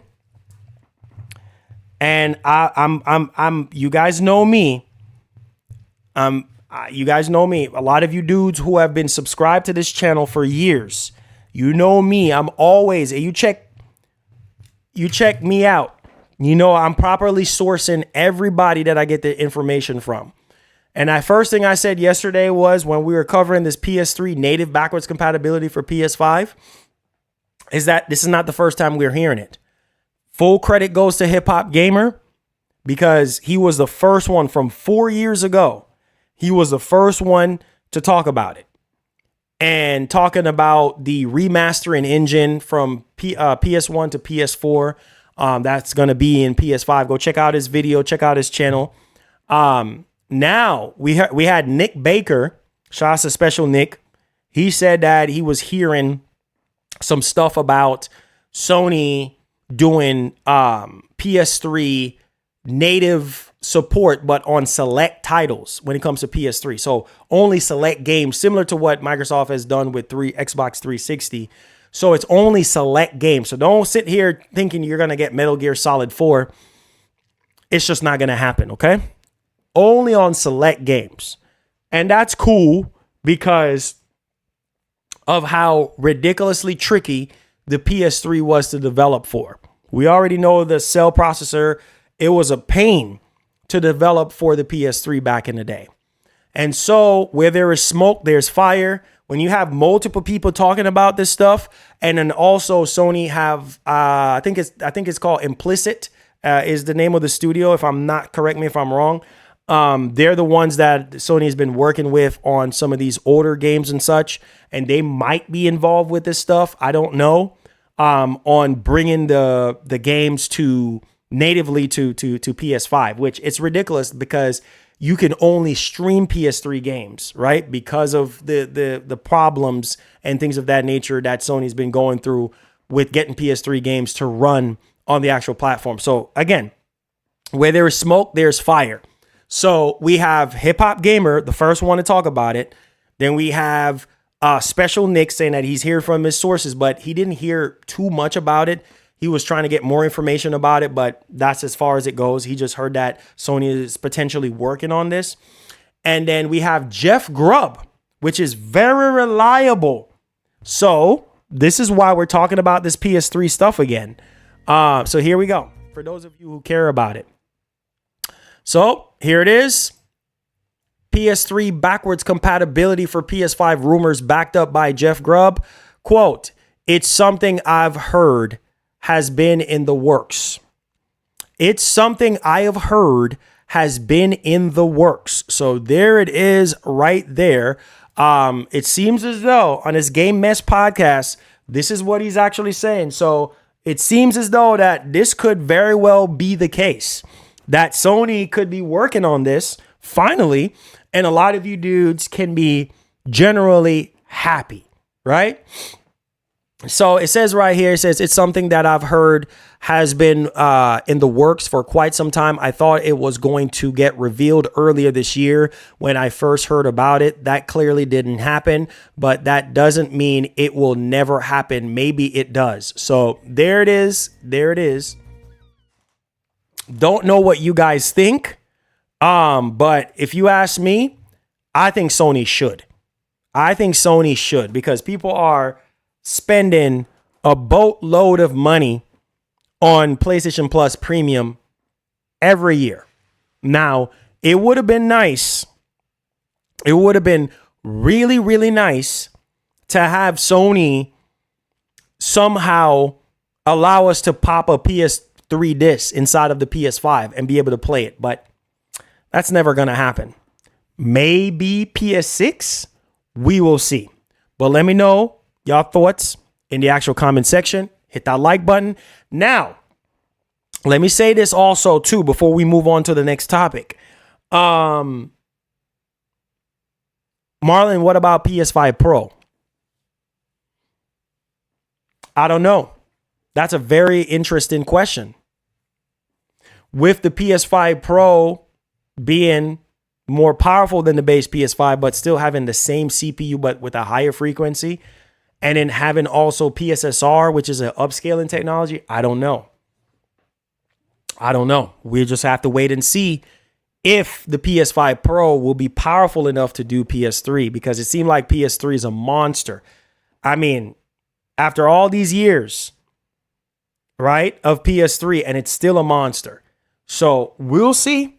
We'll see if it ain't gonna be PS5 Pro. If it does get announced and it does happen, then I guess we're gonna have to wait and see on the PlayStation 6. I would say if we get to PlayStation 6, dog, and we still don't have full backwards compatibility, then it's never gonna happen. It's never gonna happen. So we'll see on that one. Make sure you guys hit the like button for me. Share the stream out. Thank you guys. And wow. So guess what, guys? Oh, man, the Coalition. I am so excited. You guys have watched my reaction to Gears of War E-Day. This is why I said Microsoft right now is holding the torch right now in 2024 when it comes to showcases and showing off new games and showing off existing franchises, bro. The Coalition, hear me. As a gamer, as an Xbox fan, as whatever you are, hear me. The Coalition just put out a statement about Gears of War E-Day. It's going to blow us away, guys, with hype, with excitement. We know the Coalition delivers the goods. And we know, based off of what I've seen with Hivebusters, I can only imagine the fact that they're going back to the roots of Gears. Let's take a look, man. Oh, man. Buckle up, guys. Buckle up. This is coming from purexbox.com. Let me put a timestamp on this for you guys. Timestamp. Gears. All right. So let me see here. I'll put a timestamp on it after. So it says the Coalition continues to hype up Gears of War E-Day with new message in Gears 5. Emergence begins. Experience the brutal horror of Emergence Day through the eyes of Marcus Phoenix in the origin story of one of gaming's most acclaimed sagas. Wow. I cannot wait, bro. Listen to me right now. I cannot wait right now for Gears of War E-Day. It says right here, they said 14 years before Gears of War heroes Marcus Phoenix and Dom. I was about to say Dominic. I got Dominic Toretto in my head. Dom Santiago returned home to face a new nightmare, the Locust Horde. Now, the crazy part about this, bro, I remember how crazy this was back in 2006. And down at the bottom, they said, built from the ground up. Look at this part right here. Build from the ground up with Unreal Engine 5. Gears of War E-Day delivers unprecedented graphical fidelity. Oh, I had to cough right there. Catch your breath. Oh, Lord. Catch your breath, Marlon. Drink some water. I got to step away. Did y'all just heard the words that are coming out of my mouth? They just said unprecedented graphical fidelity. Build from the ground up with Unreal Engine 5. Wow. We mic drop. Q&A time. Q&A time. Wow. Q&A time. If you're brand new to the channel, hit that subscribe button. If you do like the content today, hit that like button. Let's see if we get over 200 likes. Wow. I need y'all to sit down and think about a great S-tier studio like the Coalition. You can like them. You don't like them. That's your business. You like what you like. But all I'm saying is, with an S-tier studio like that, developing something from the ground up with Unreal Engine 5, and you're not hype, even though they have shown their work before and show what they're capable of. They gave us the Matrix demo. They gave us that freaking Gears, what do you call it? Hive Busters. Oh man. Did y'all hear the words that are coming out of my mouth? Shout out to Chris Tucker. Full credit to Chris Tucker. Hear what I'm saying. Build from the ground up with Unreal Engine 5. Do you understand how insane that game is going to look on Xbox and play on Xbox? Oh, man. Y'all not ready. This is why I'm excited, man. When they showed off that Gears of War E-Day, and I know the studio behind it is a S-tier studio. Are you kidding me? Bro, the fact that they're going back, the fact that they're going back to the roots of Gears, the origin of Gears. I ain't talking about no Gears 5, Gears 4 nonsense. Back to the origins of Gears of War. So we're going back to before Marcus went to prison. We're gonna experience all of that stuff when Marcus went to prison and all that type of stuff, right? Because the beginning of Gears 1 is Dom breaking him out of prison, right? Man, I can't wait. Man, wow. 30 FPS? No, sir. No, sir. You must not know the Coalition. No, sir. No, sir. What? Are you out of your mind? Listen, bro. Listen. I see some of y'all talking about GTA 6 is CPU heavy. Listen. For some 30, bro, Gears of War E-Day is not going to be at 30 frames. Listen. Gears of War E-Day is going to have multiple frame rate options. Okay? So, I'm just saying. OG, what's up? Let me get to the super chat here. It says, but nobody wanted Sea of Thieves on PS. I know, Jamal. Thank you so much for your super chat. I appreciate it. Yeah, so you think that Gears of War E-Day is going to be 30 frames? No, sir. You're mixing up the Coalition with a whole nother studio. That game is going to run at buttery smooth 60 FPS. I'm willing to bet right now that when Gears of War E-Day drops, it's going to be the best looking game ever made on the Series X, on any Xbox platform. It's going to raise the bar. It's going to leave Hellblade 2 in the dust. And it's going to have this unprecedented, amazing visual fidelity and performance. Oh, man. Just, okay. All right. Okay. So y'all think that this game is going to run at 30 frames. There's going to be an option for 30 frames, but it's going to have multiple graphics options. Who wants to play a third-person shooter game at 30 frames? Hey, Xbox Gaming, let them be. Matthew, what's good, bro? How you doing? Welcome to the stream. Make sure you guys hit that like button, hit that share button. Yeah, 120 FPS easy. Easy 120 FPS. Easy 120 FPS. Easy. Look at, bro, are y'all out of your minds? Look at Halo Infinite, right? Halo Infinite runs at 120 FPS on the Series S. So what makes you think Gears of War E-Day is going to run at 30 frames even on the multiplayer? You're insane. No, sir. No, sir. No, sir. That game is going to run at 120 FPS. If it ain't running at 120 FPS, it's going to run at 60 FPS. There is no way that this game is going to come out running at 30. Not happening. Not happening. But you know what's funny? Oh boy, let's turn the tables. Hold on. Let's turn the tables. Let's turn the tables a little bit here. I'm about to flip the table right now. If this game was a PlayStation 5 exclusive, oh yeah, Marlon, yeah. It's going to be 60 FPS, Marlon. It's going to be 120 FPS, Marlon. Yeah, for sure. I agree.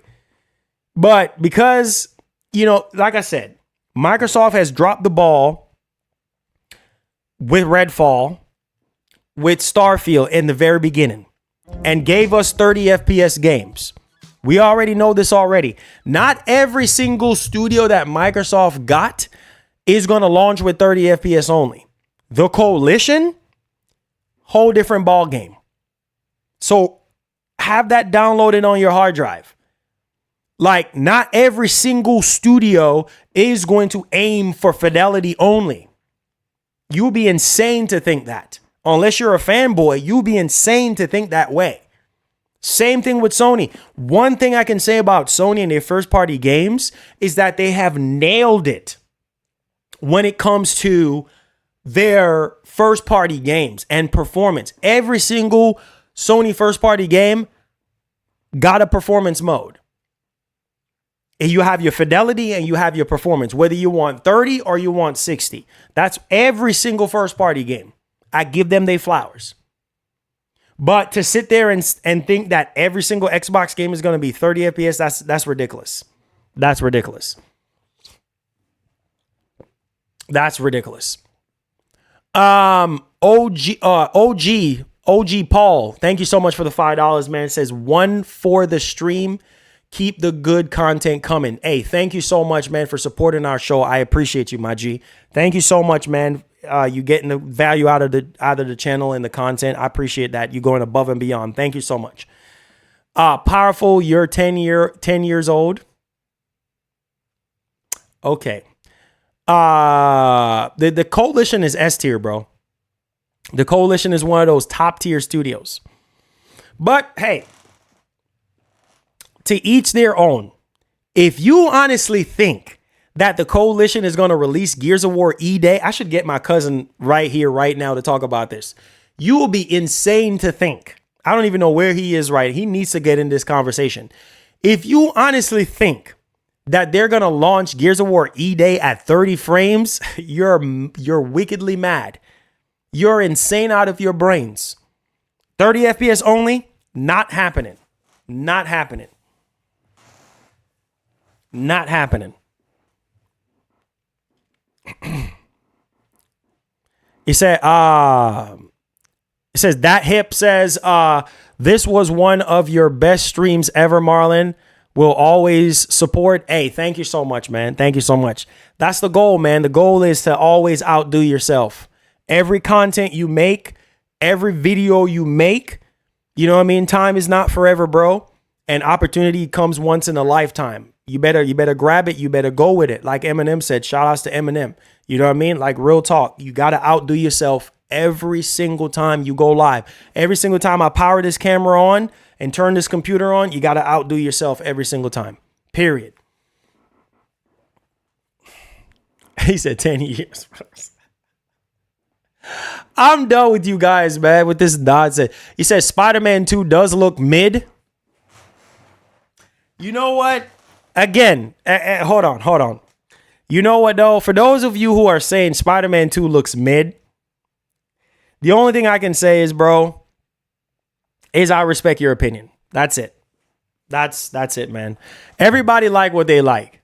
Everybody like what they like. So you like what you like. I like what I like. So if you think Spider-Man 2 is mid, okay, bro, I hear you.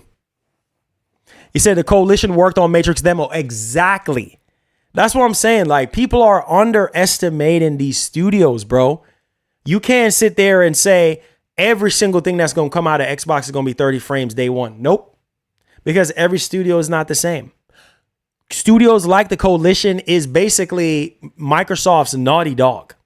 They're basically Microsoft's Naughty Dog. Are you insane out of your mind? Out of your natural minds? Are you guys insane?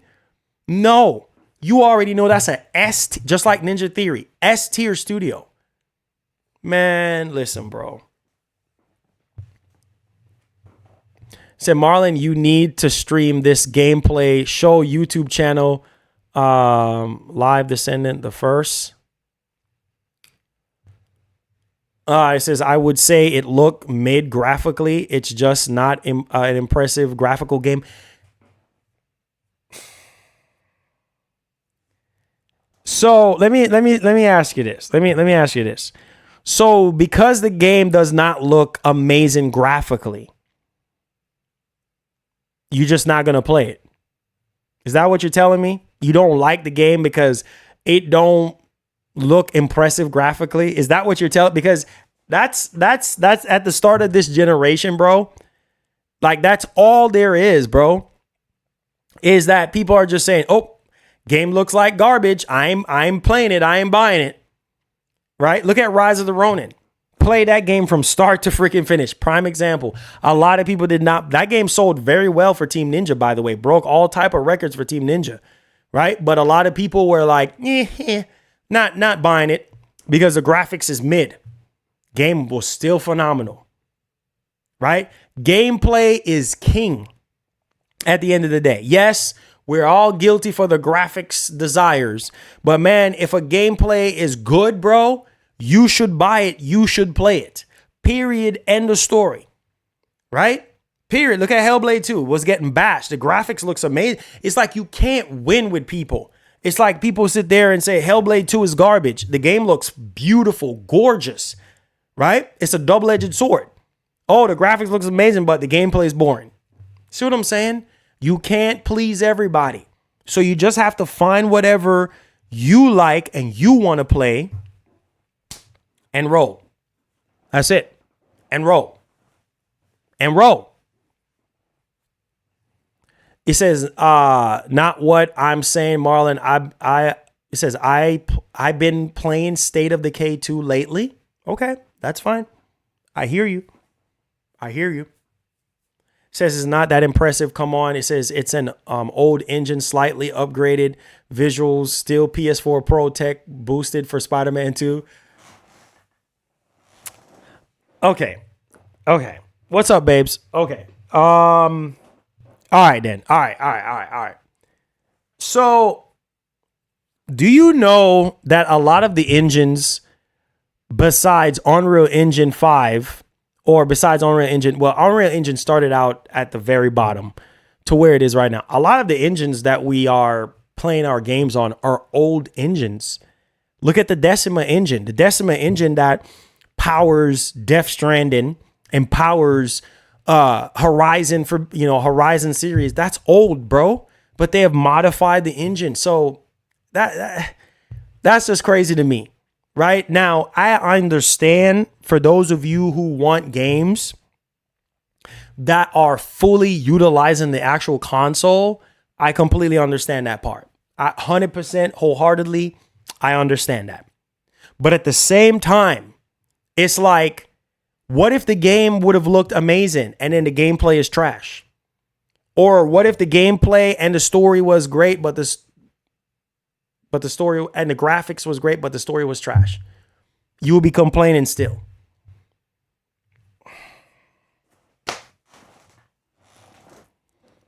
Rise of the Ronin.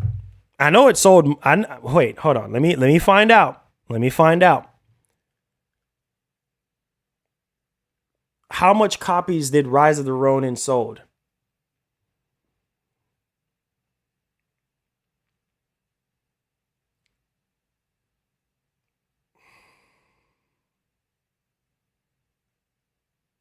Okay, listen to this. Rise of the Ronin has become Koei Tecmo's fastest selling game. 5 million copies. 5 million, more than Stellar Blade. More than Stellar freaking Blade. More than Stellar freaking Blade. More than Stellar Blade. 5 million copies. 5 million copies. There you go.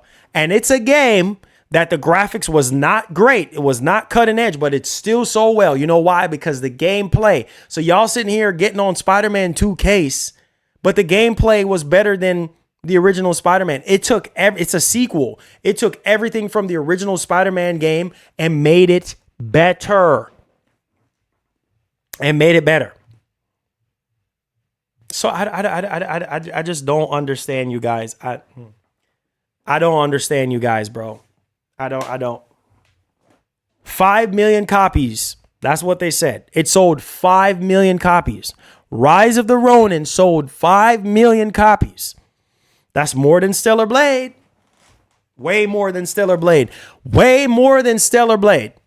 Right? Stellar Blade, you know, the game that all the dudes were so hyped for. Right? Millions of dudes hyped for and didn't even buy the freaking game. 60 million consoles. Exactly. And only one. That is insane. Only 60 million consoles Sony has shipped to date. And only 1 million. Only 1 million copy. Oh, what a shame. What a freaking shame. What a shame. Rise of the Ronin, bro. 5 million copies, according to what I just saw.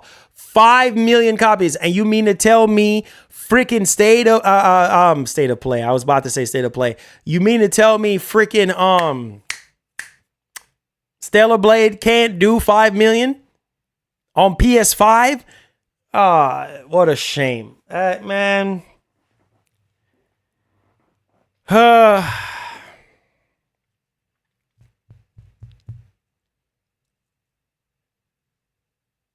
What a shame. What a shame, bro. 60 million people have a PS5 and only 1 million out of that 60 million bought Stellar Blade, a second party exclusive game.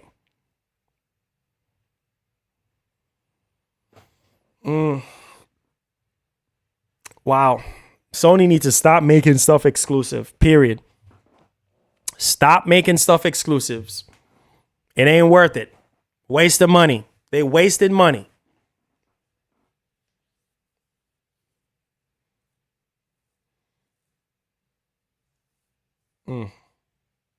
Marcus, what's up? That's mega numbers don't lie. Hey, man. Hey, man. It is what it is, bro. You like what you like, play what you play. I saw an article. They said Rise of the Ronin sold below expectations. It only did 20,000 in Japan. I don't know where you're getting that information from, but from what I saw on levelup.com, Rise of the Ronin PS5 console exclusive. Right? So let me see. Hold on.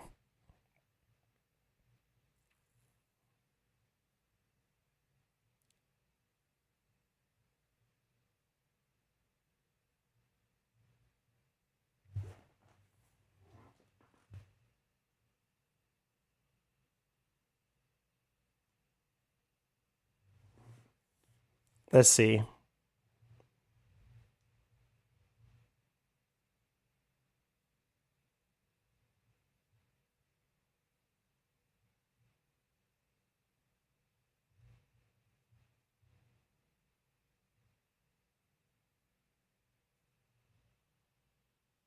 Okay, so I'm looking at Sports Illustrated. This is June 11th. It says since the Neo series has sold well past 7 million copies in total, Rise of the Ronin sailing past it already would make little sense.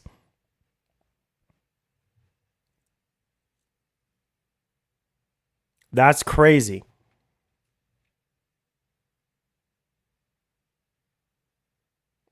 Okay, let's check this.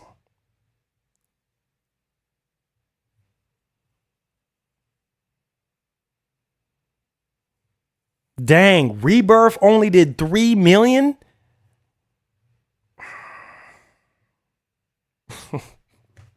They should have put that dog on. Oh God, they should have put that on PS4 too. Rebirth only did 3 million? That's it?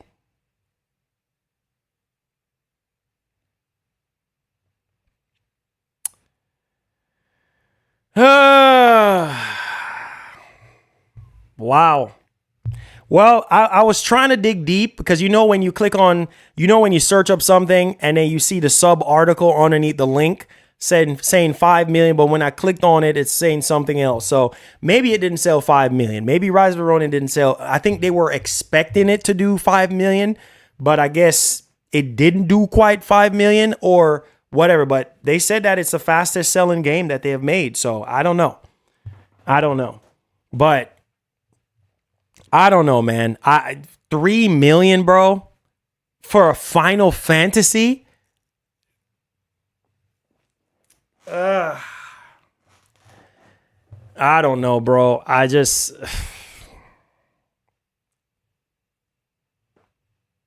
Bro, Rebirth exclusive to PS5. You have an install base of over 50 million people. 50 million. And you mean to tell me only 3+ million people bought the game? That's crazy, bro. That's crazy. But hey, it is what it is, man. Household name. Exactly. Final Fantasy, that's right, that hip. A household name. Only 3 million copies. 3 million. And you have remakes out here doing...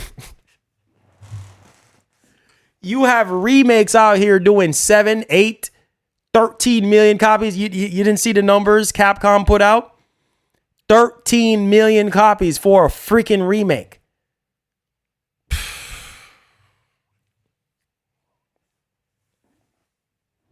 Wow. Yeah, exactly. I did read it, that hip. It did not sell 5 million. So like I said, when I searched it up initially, they said that, it sold 5 million copies. But then when I clicked on it, it was like, oh no, they were expecting to sell 5 million. So we don't even know the actual numbers, for Rise of the Ronin. But they did say that, Koei Tecmo said that it was the fastest selling game that they have made. So I don't know. It says Sunset Overdrive sold only $500 in sales. Oh man, it's sad, man. These games are just, I don't know, people just not buying the games, bro. I don't know how long these companies are gonna continue to go on like this, bro. I don't know, man. I don't know how long these companies are gonna continue on to do this. I don't know how long.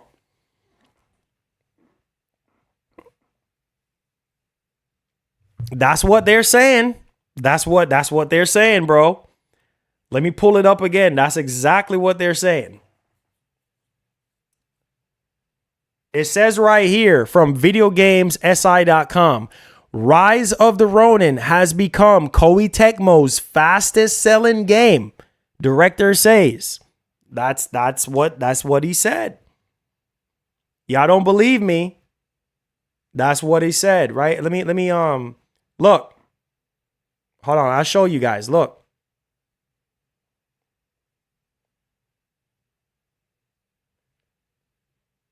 So however how much that means. There it is.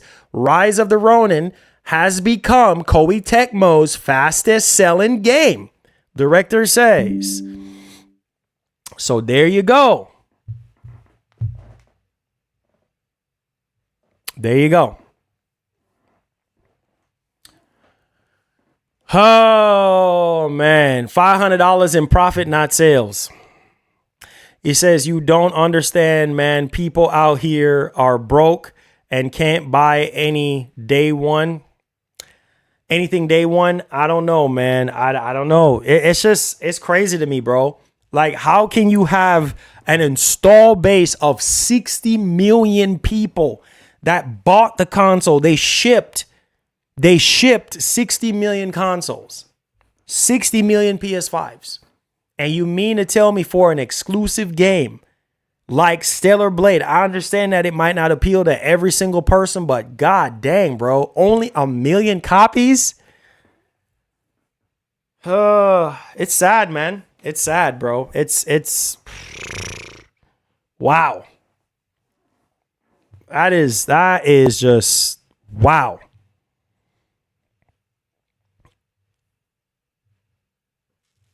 He said 3 million is not enough. Shaking my head. Man, 3 million is not, it's bro, for a household game. For a household game? Come on, sit down and think about that.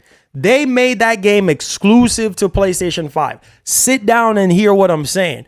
For a household name. Hear how ridiculous that sounds. For a household name. Are you hearing the words that are coming out of my mouth?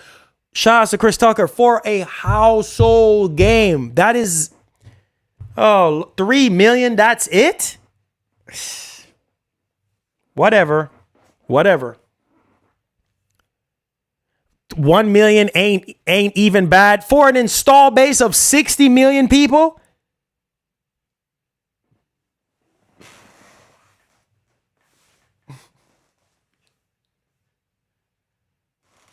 Okay.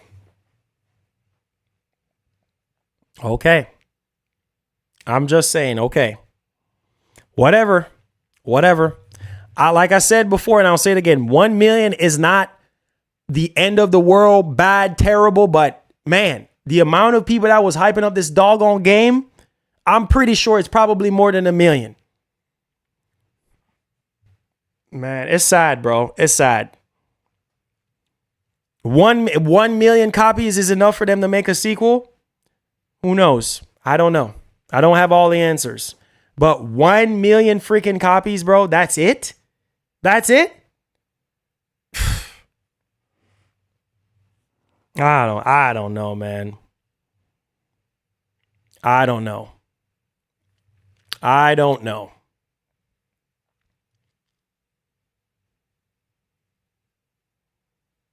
You act like the game is not going to keep selling. Nobody said that. Nobody said that it's not going to keep selling. The point of the matter is the numbers are out. The numbers are out. It's a PS5 exclusive game. Like,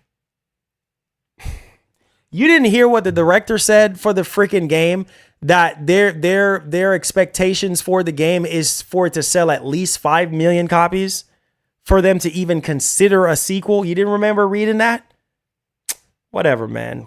You guys just let's change the subject. Whatever. To me, 1 million, for a game, for a install base of 60 million people. So wait a minute.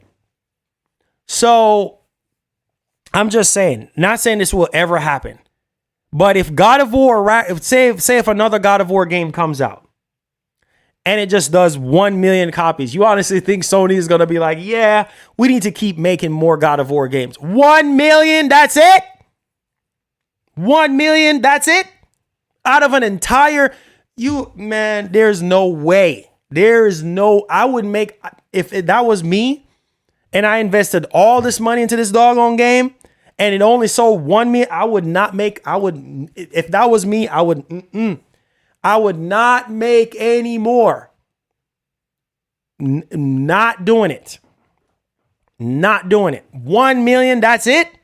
Nah. That's just me though. That's me. I can't. I can't. There's no way I'm going to sit there and look at that and be like, oh, 1 million copies. Oh yeah, let's make more. No. That's just my opinion. But to each their own. I'm not going to sit there and waste all this money, time, resources, borrow investor money, and this only for your game that's just sell 1 million copies. That is it? Man, bro, Sony got to get money off of that. Shift Up got to get money off of that. And they got to pay their employees. That's nothing. 1 million copies, that's nothing. When that Sony got to get their money too. That money is split up in 3 different ways. Shift Up got to get their money. Their employees got to eat. Man, y'all, whatever, man. 1 million copies. Frig. No, sir. Yeah, man. Even Metroid Dread sold what, like 3 million? Even a niche game like Metroid Dread sold 3 million copies. And that's decent. 3 million, that's decent. That's more decent than 1 million. Metroid Dread on Switch sold over 3 million copies. And you mean to tell me Stellar Blade can't even... dang, boy. Yeah. Whatever. He said, I mean, that's Nintendo, though. Yeah, you're right. You're right. 1 freaking million copies. 1 million.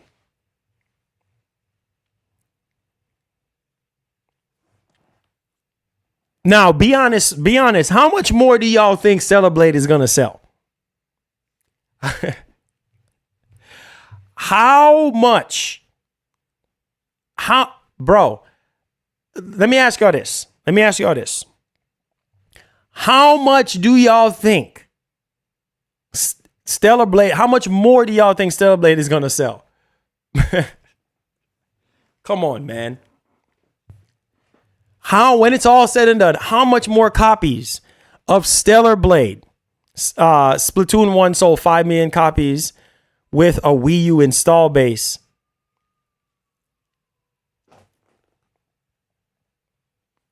of 13.5 million. That's not bad, though. 5 million? That's not bad. That's actually really good. 5 million. 250K more. That, man, I don't know.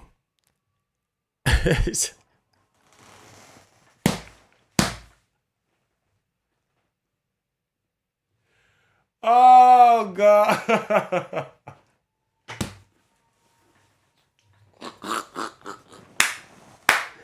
Woo! What a freaking joke. What a freaking joke. I can't laugh no more, man. I can't laugh. That's not bad, bro. That's not 5 million is better than 1 million. That hip, 5 million is better than 1 million. Definitely for sure.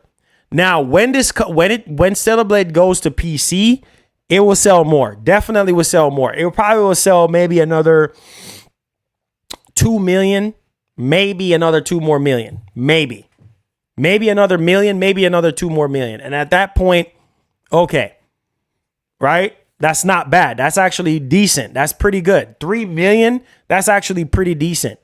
But just for it being exclusive, just for it to be exclusive just to PS5 and only 1 million, man, that's crazy. Another million over 2 years. 8 million? Nah. Nah.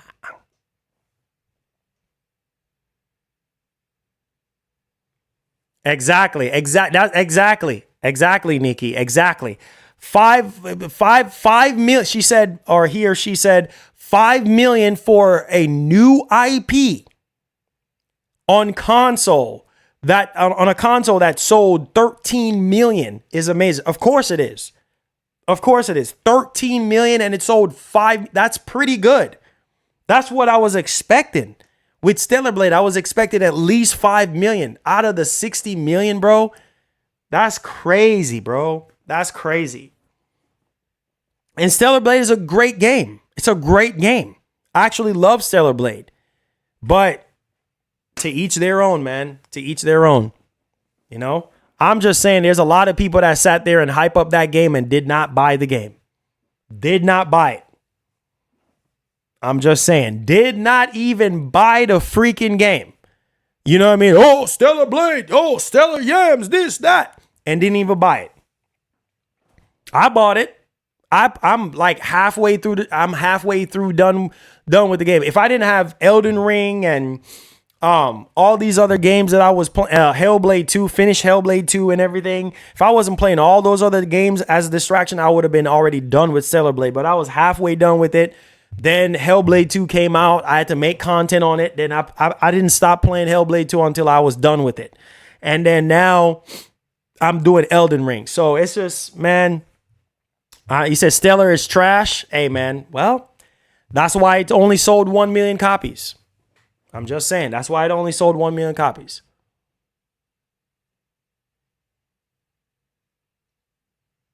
So there you go. That means 1 in 1,000 people bought Stellar Blade. Buy Stellar Blade. Yeah. And y'all talking about exclusives? Y'all talking about exclusive games?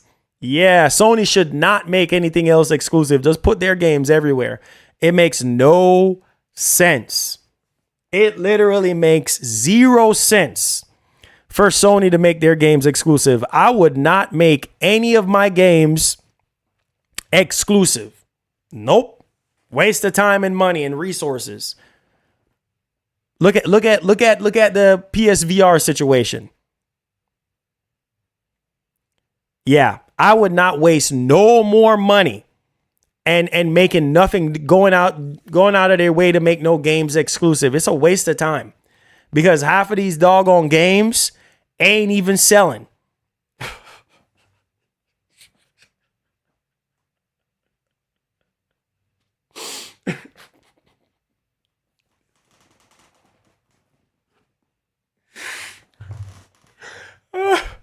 I gotta laugh, man. It ain't funny.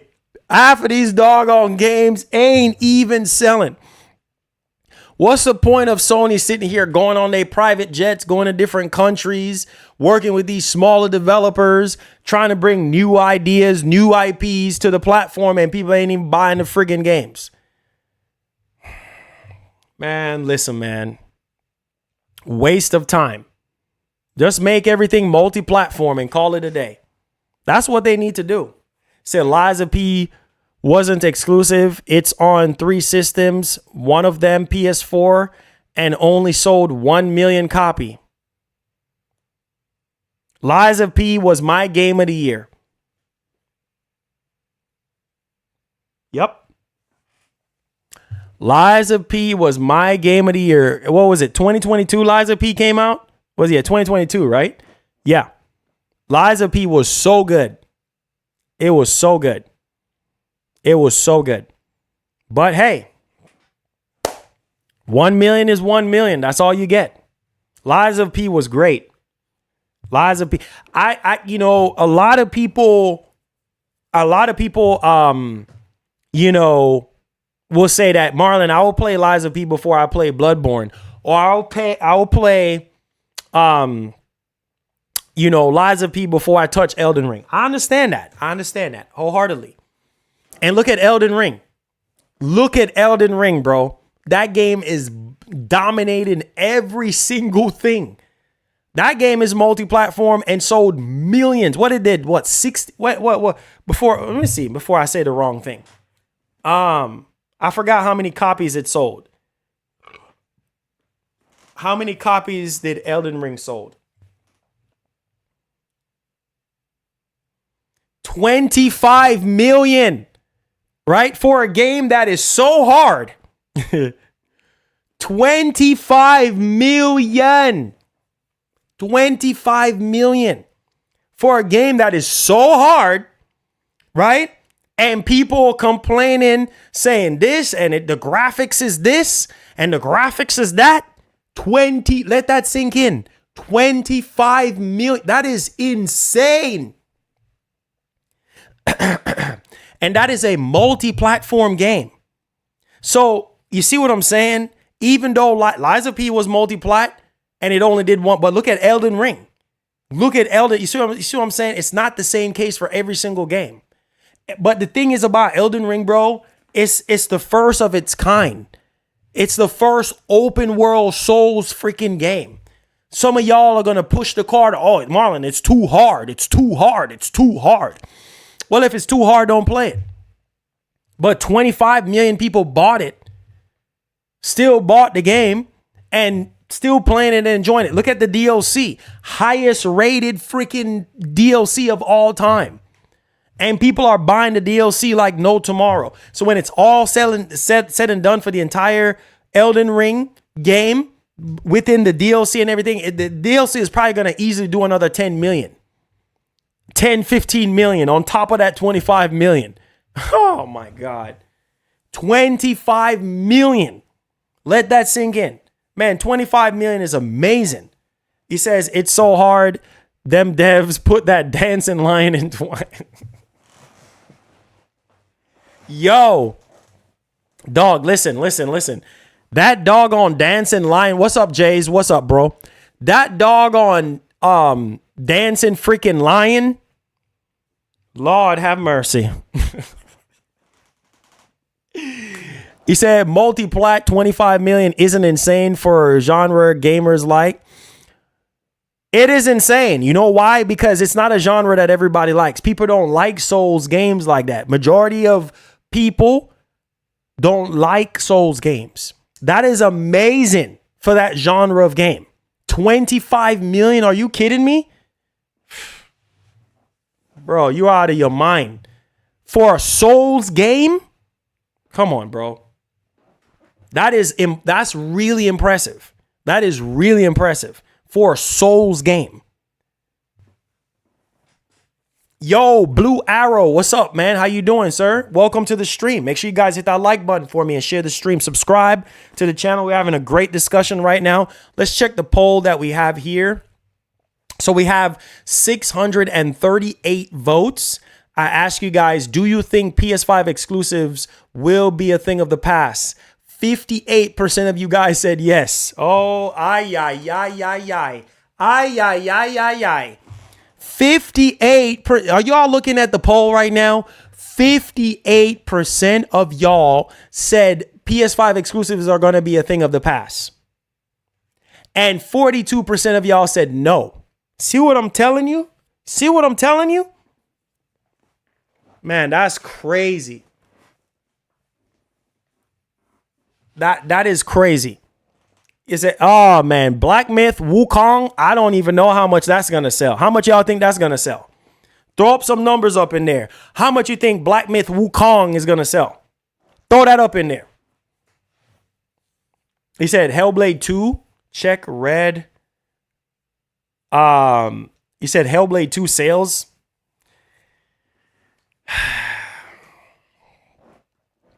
He says if Sony want that bread, they gotta keep. They said they gotta keep everybody fed. Hey man, how much you think? Everybody put in the chat. How much you think Black Myth Wukong is gonna sell? 1.5 million. That's it? Oh heck no, heck nah. That's it? 1.5 million. 4 million, 2 million max. Wow. 1.5 million. Hey, well, but you know what though? What's going to hurt what's going to hurt the potential of that game? I tell you what's going to hurt the potential of that game is it not releasing on Xbox day one. I'm just saying. He said people are tired of exclusivity. Yep. That's it's showing in the numbers. It said I can see it doing 20 million. That's high. But hey, anything can happen. Anything can happen. He said people are tired of exclusives. Hey man. I mean, it's showing in the numbers, bro, because making games doggone exclusives, bro, at least these second and third party games exclusive, it's just, I don't know. He said laugh out loud, 20 million. That's a high number, man. That's a high number for a game like that. And also, let me also throw this into it too. From what I was not from what I was hearing, like we all saw it. There is no block in the game. So some of y'all are probably not even going to buy the game because you can't block. Hey, I'm just saying right now. Some of y'all are probably not going to buy the game because you can't block. You can only roll. That's it. Roll. I mean, I'm just saying.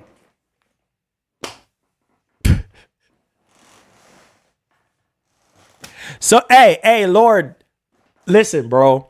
A lot of people don't like dodging. That's why. Okay. Listen. A lot of people currently right now, don't like Elden Ring. You see what I'm saying? Because it's too hard and you can't just parry like that. You have to have a Ashes of War. You have to have something extra on top of your shield to be able to parry. And it's just too hard for a lot of people, even though they have nerfed a lot of things in the actual base freaking game. People still don't want to play it. They scared of Elden Ring. So if y'all are scared of Elden Ring, y'all gonna play Black Myth with no blocking capabilities? Okay. He said, exactly. You're gonna get frustrated playing that game. He said, Elden Ring is too hard. Oh man, Elden Ring is too hard. That's what they saying. But you know what the From Software fan base be saying, get good.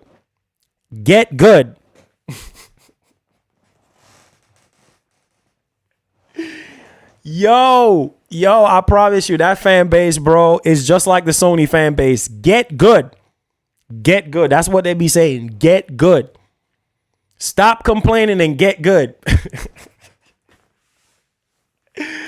Oh, man. That's what they say, bro. Get good.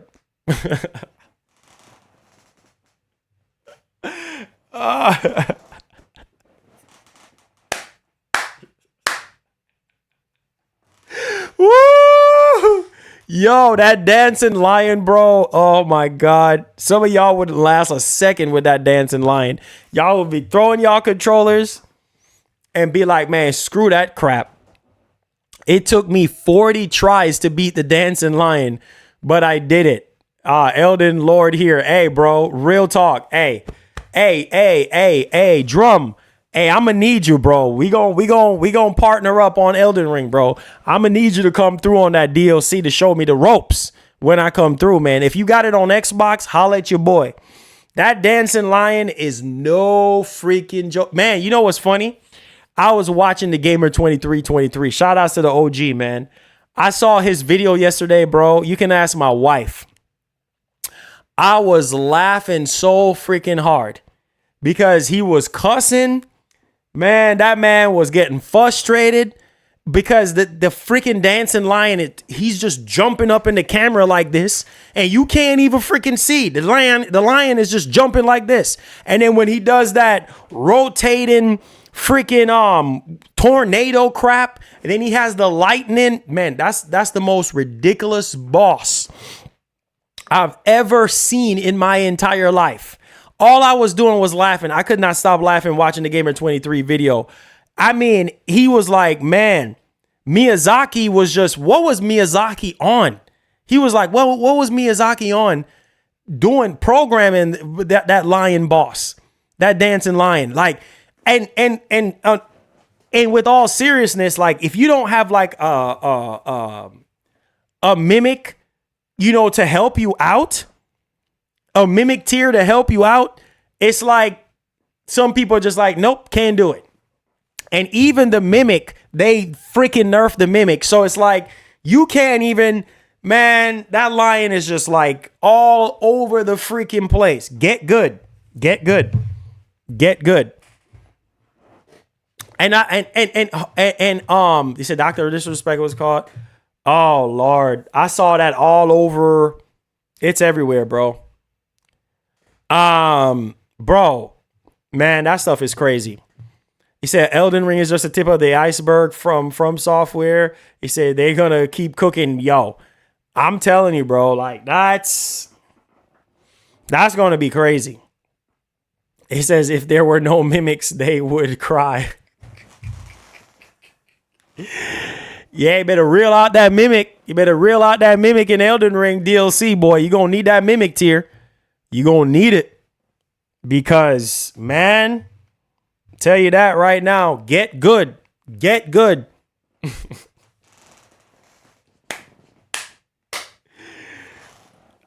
He said they think Elden Ring is hard. Oh, Lord. Sekiro is crazy, bro.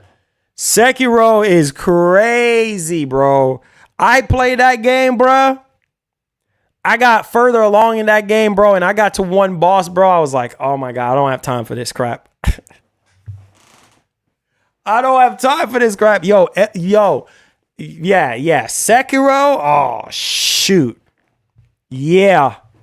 Bro, when I'm proud of myself because I've gotten halfway through Bloodborne before I got to a part where it was too many drop frames. Like it was just getting unplayable. And I say, you know what? I'm gonna pause on Bloodborne real quick until it gets updated or something. But I love Bloodborne. Love Bloodborne.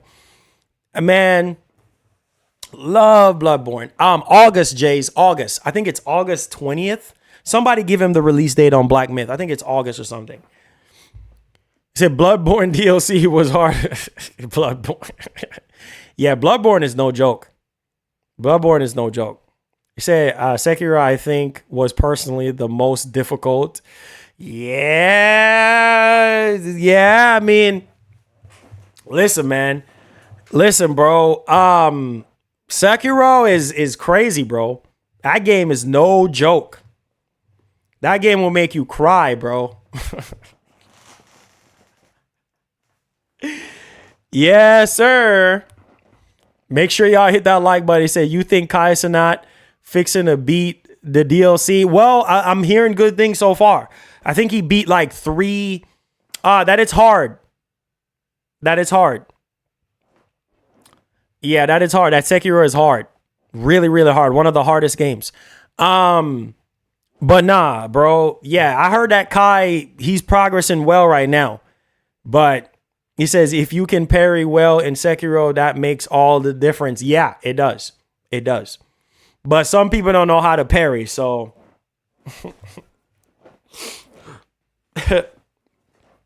Oh, Cuphead. Oh, Lord. Oh, Lord. Man, you said Bloodborne had no blocking. Hey, man, got to make it work. Got to make it work. They gifted him that statue from the game, which is crazy. Gotta make it work. He said first hour of playing, I almost throw my controller. I'm telling you, bro.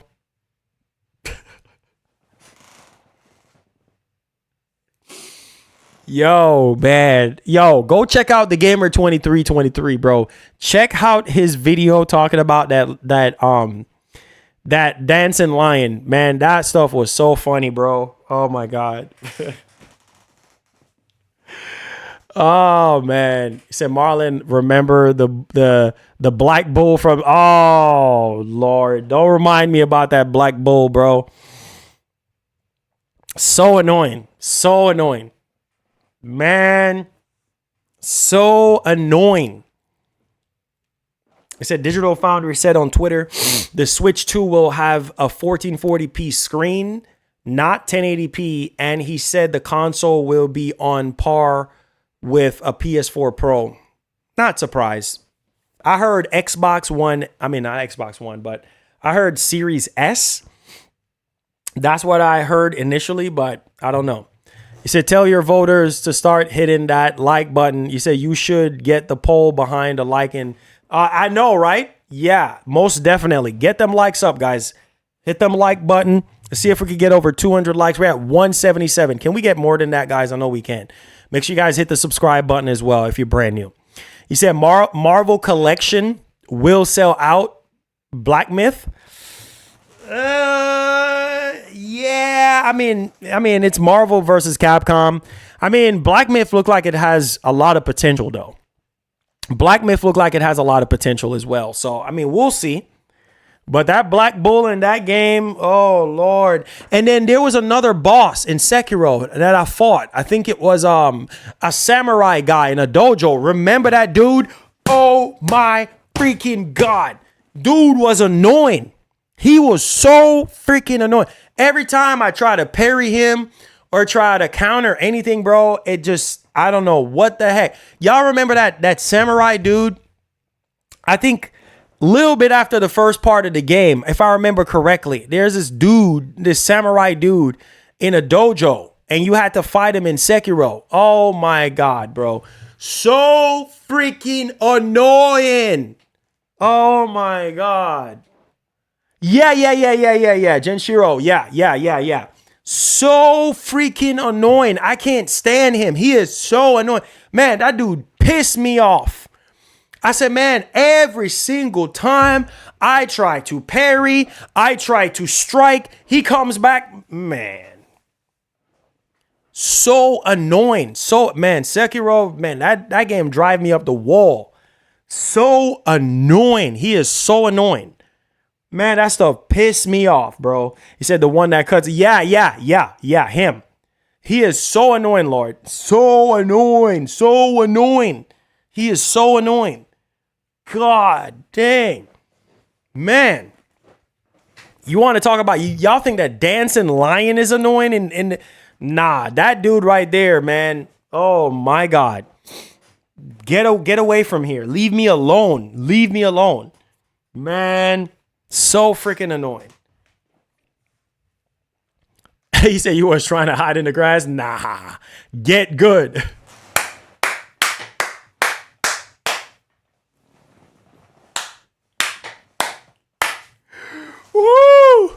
Woo, God.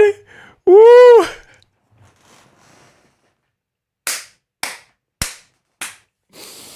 Yo, man, that's all From Software fan base is saying.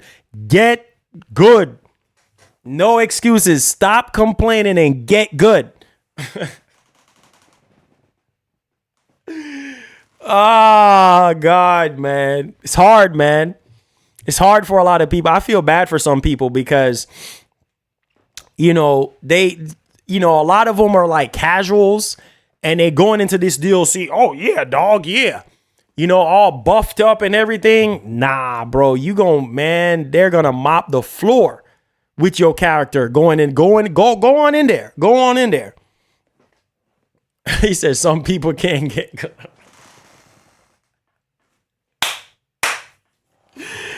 Oh, man. No excuses. Get good. There you go. Get good. Man, I got probably close to 100 hours in Elden Ring right now. I got close to about 100. And I know for 2 years, I haven't played the game in a long time until the DLC. We got the announcement for the DLC like months ago. And I kind of stopped playing the game because there were so many games that came out 2 years ago that caught my attention. And I was like, yeah, I got plenty of time for Elden Ring. And I know some people, what's his name? Cowboy? Cowboy, what's his name? Yeah, some guy named Cowboy. You guys know who I'm talking about. That man said on his stream that he put in about 800 hours into Elden Ring. What? 800 hours into a game? Bro, fighting Cowboy. Yes, him. That man said he put 800 hours into the game before the DLC. 800 hours, my man. Wow. No way, bro. No way. There's no way. There's no, you out of your natural mind. 800 hours, unless I have no life. I don't know how. No, sir. Nope. Not with a family and a baby. Not Brett. That's crazy. 800 hours, this man said. I said, what? Wow. Insane. He said, Melina ain't, man, Melina ain't help y'all on that DLC. She need that check for sure. Dog. Bro, in the 2 years that I've been playing Elden Ring, I put close to 100 hours into this game. Close to 100 hours. Man, that's crazy, bro. Ballistic T Gaming says 800 hours is nothing. I have...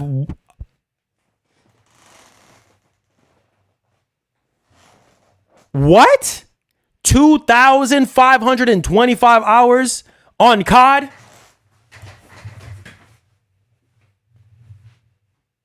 What? Nah, bro. Nah.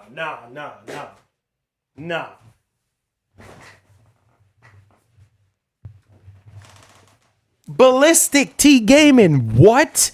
In the natural heavens. 2,525 hours on COD? My little drop in the bucket 100 hours in Elden Ring is nothing. Ballistic, there's no way. Ballistic, there's no way.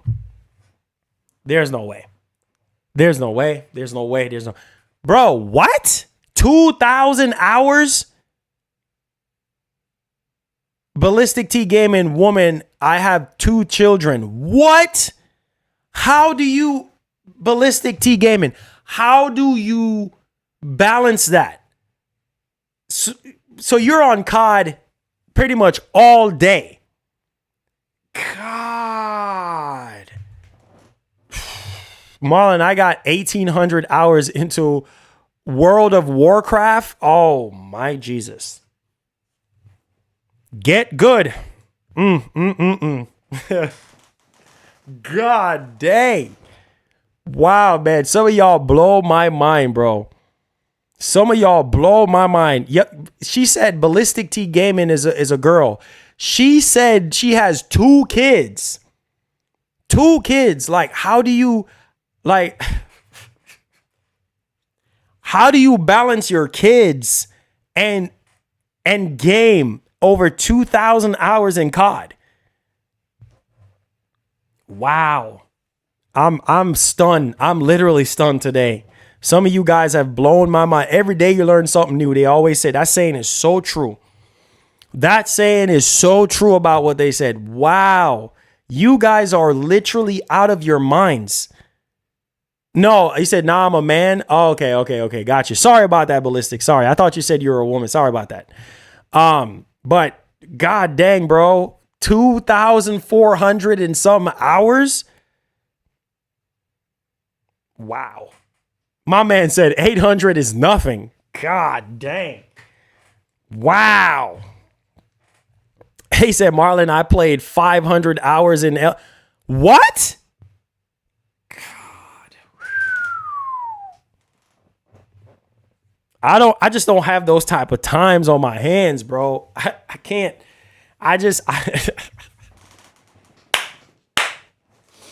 You guys have naturally blown my mind today, of all days. You have blown my mind today.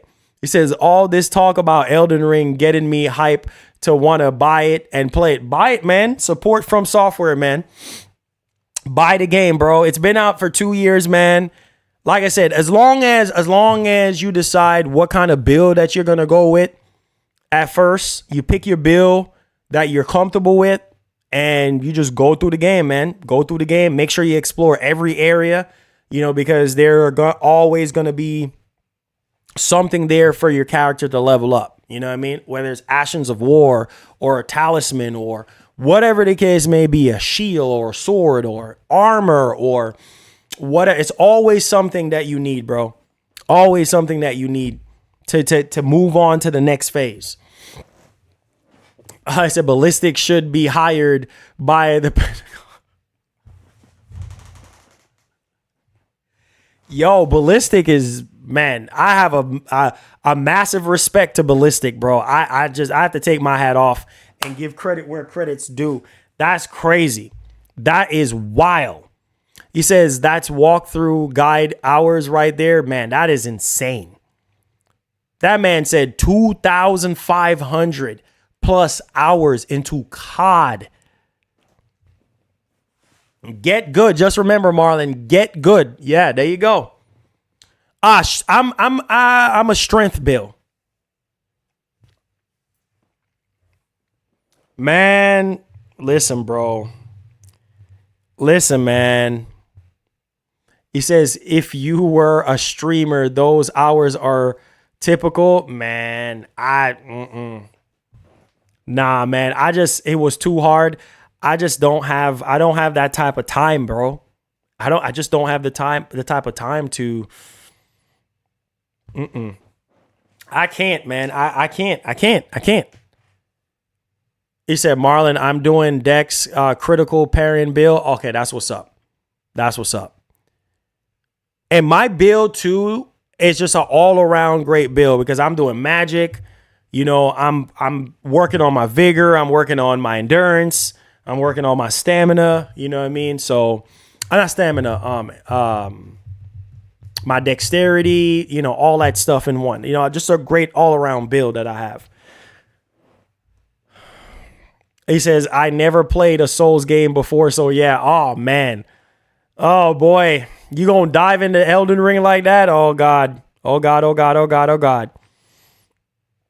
Oh, God, oh, God, oh, God, oh, God. God help you. Your first Souls game? Oh, Lord, you're gonna need all the help from on high, to help you. Marlon, I felt so disrespected by Elden Ring DLC. I put the controller down to reevaluate my life.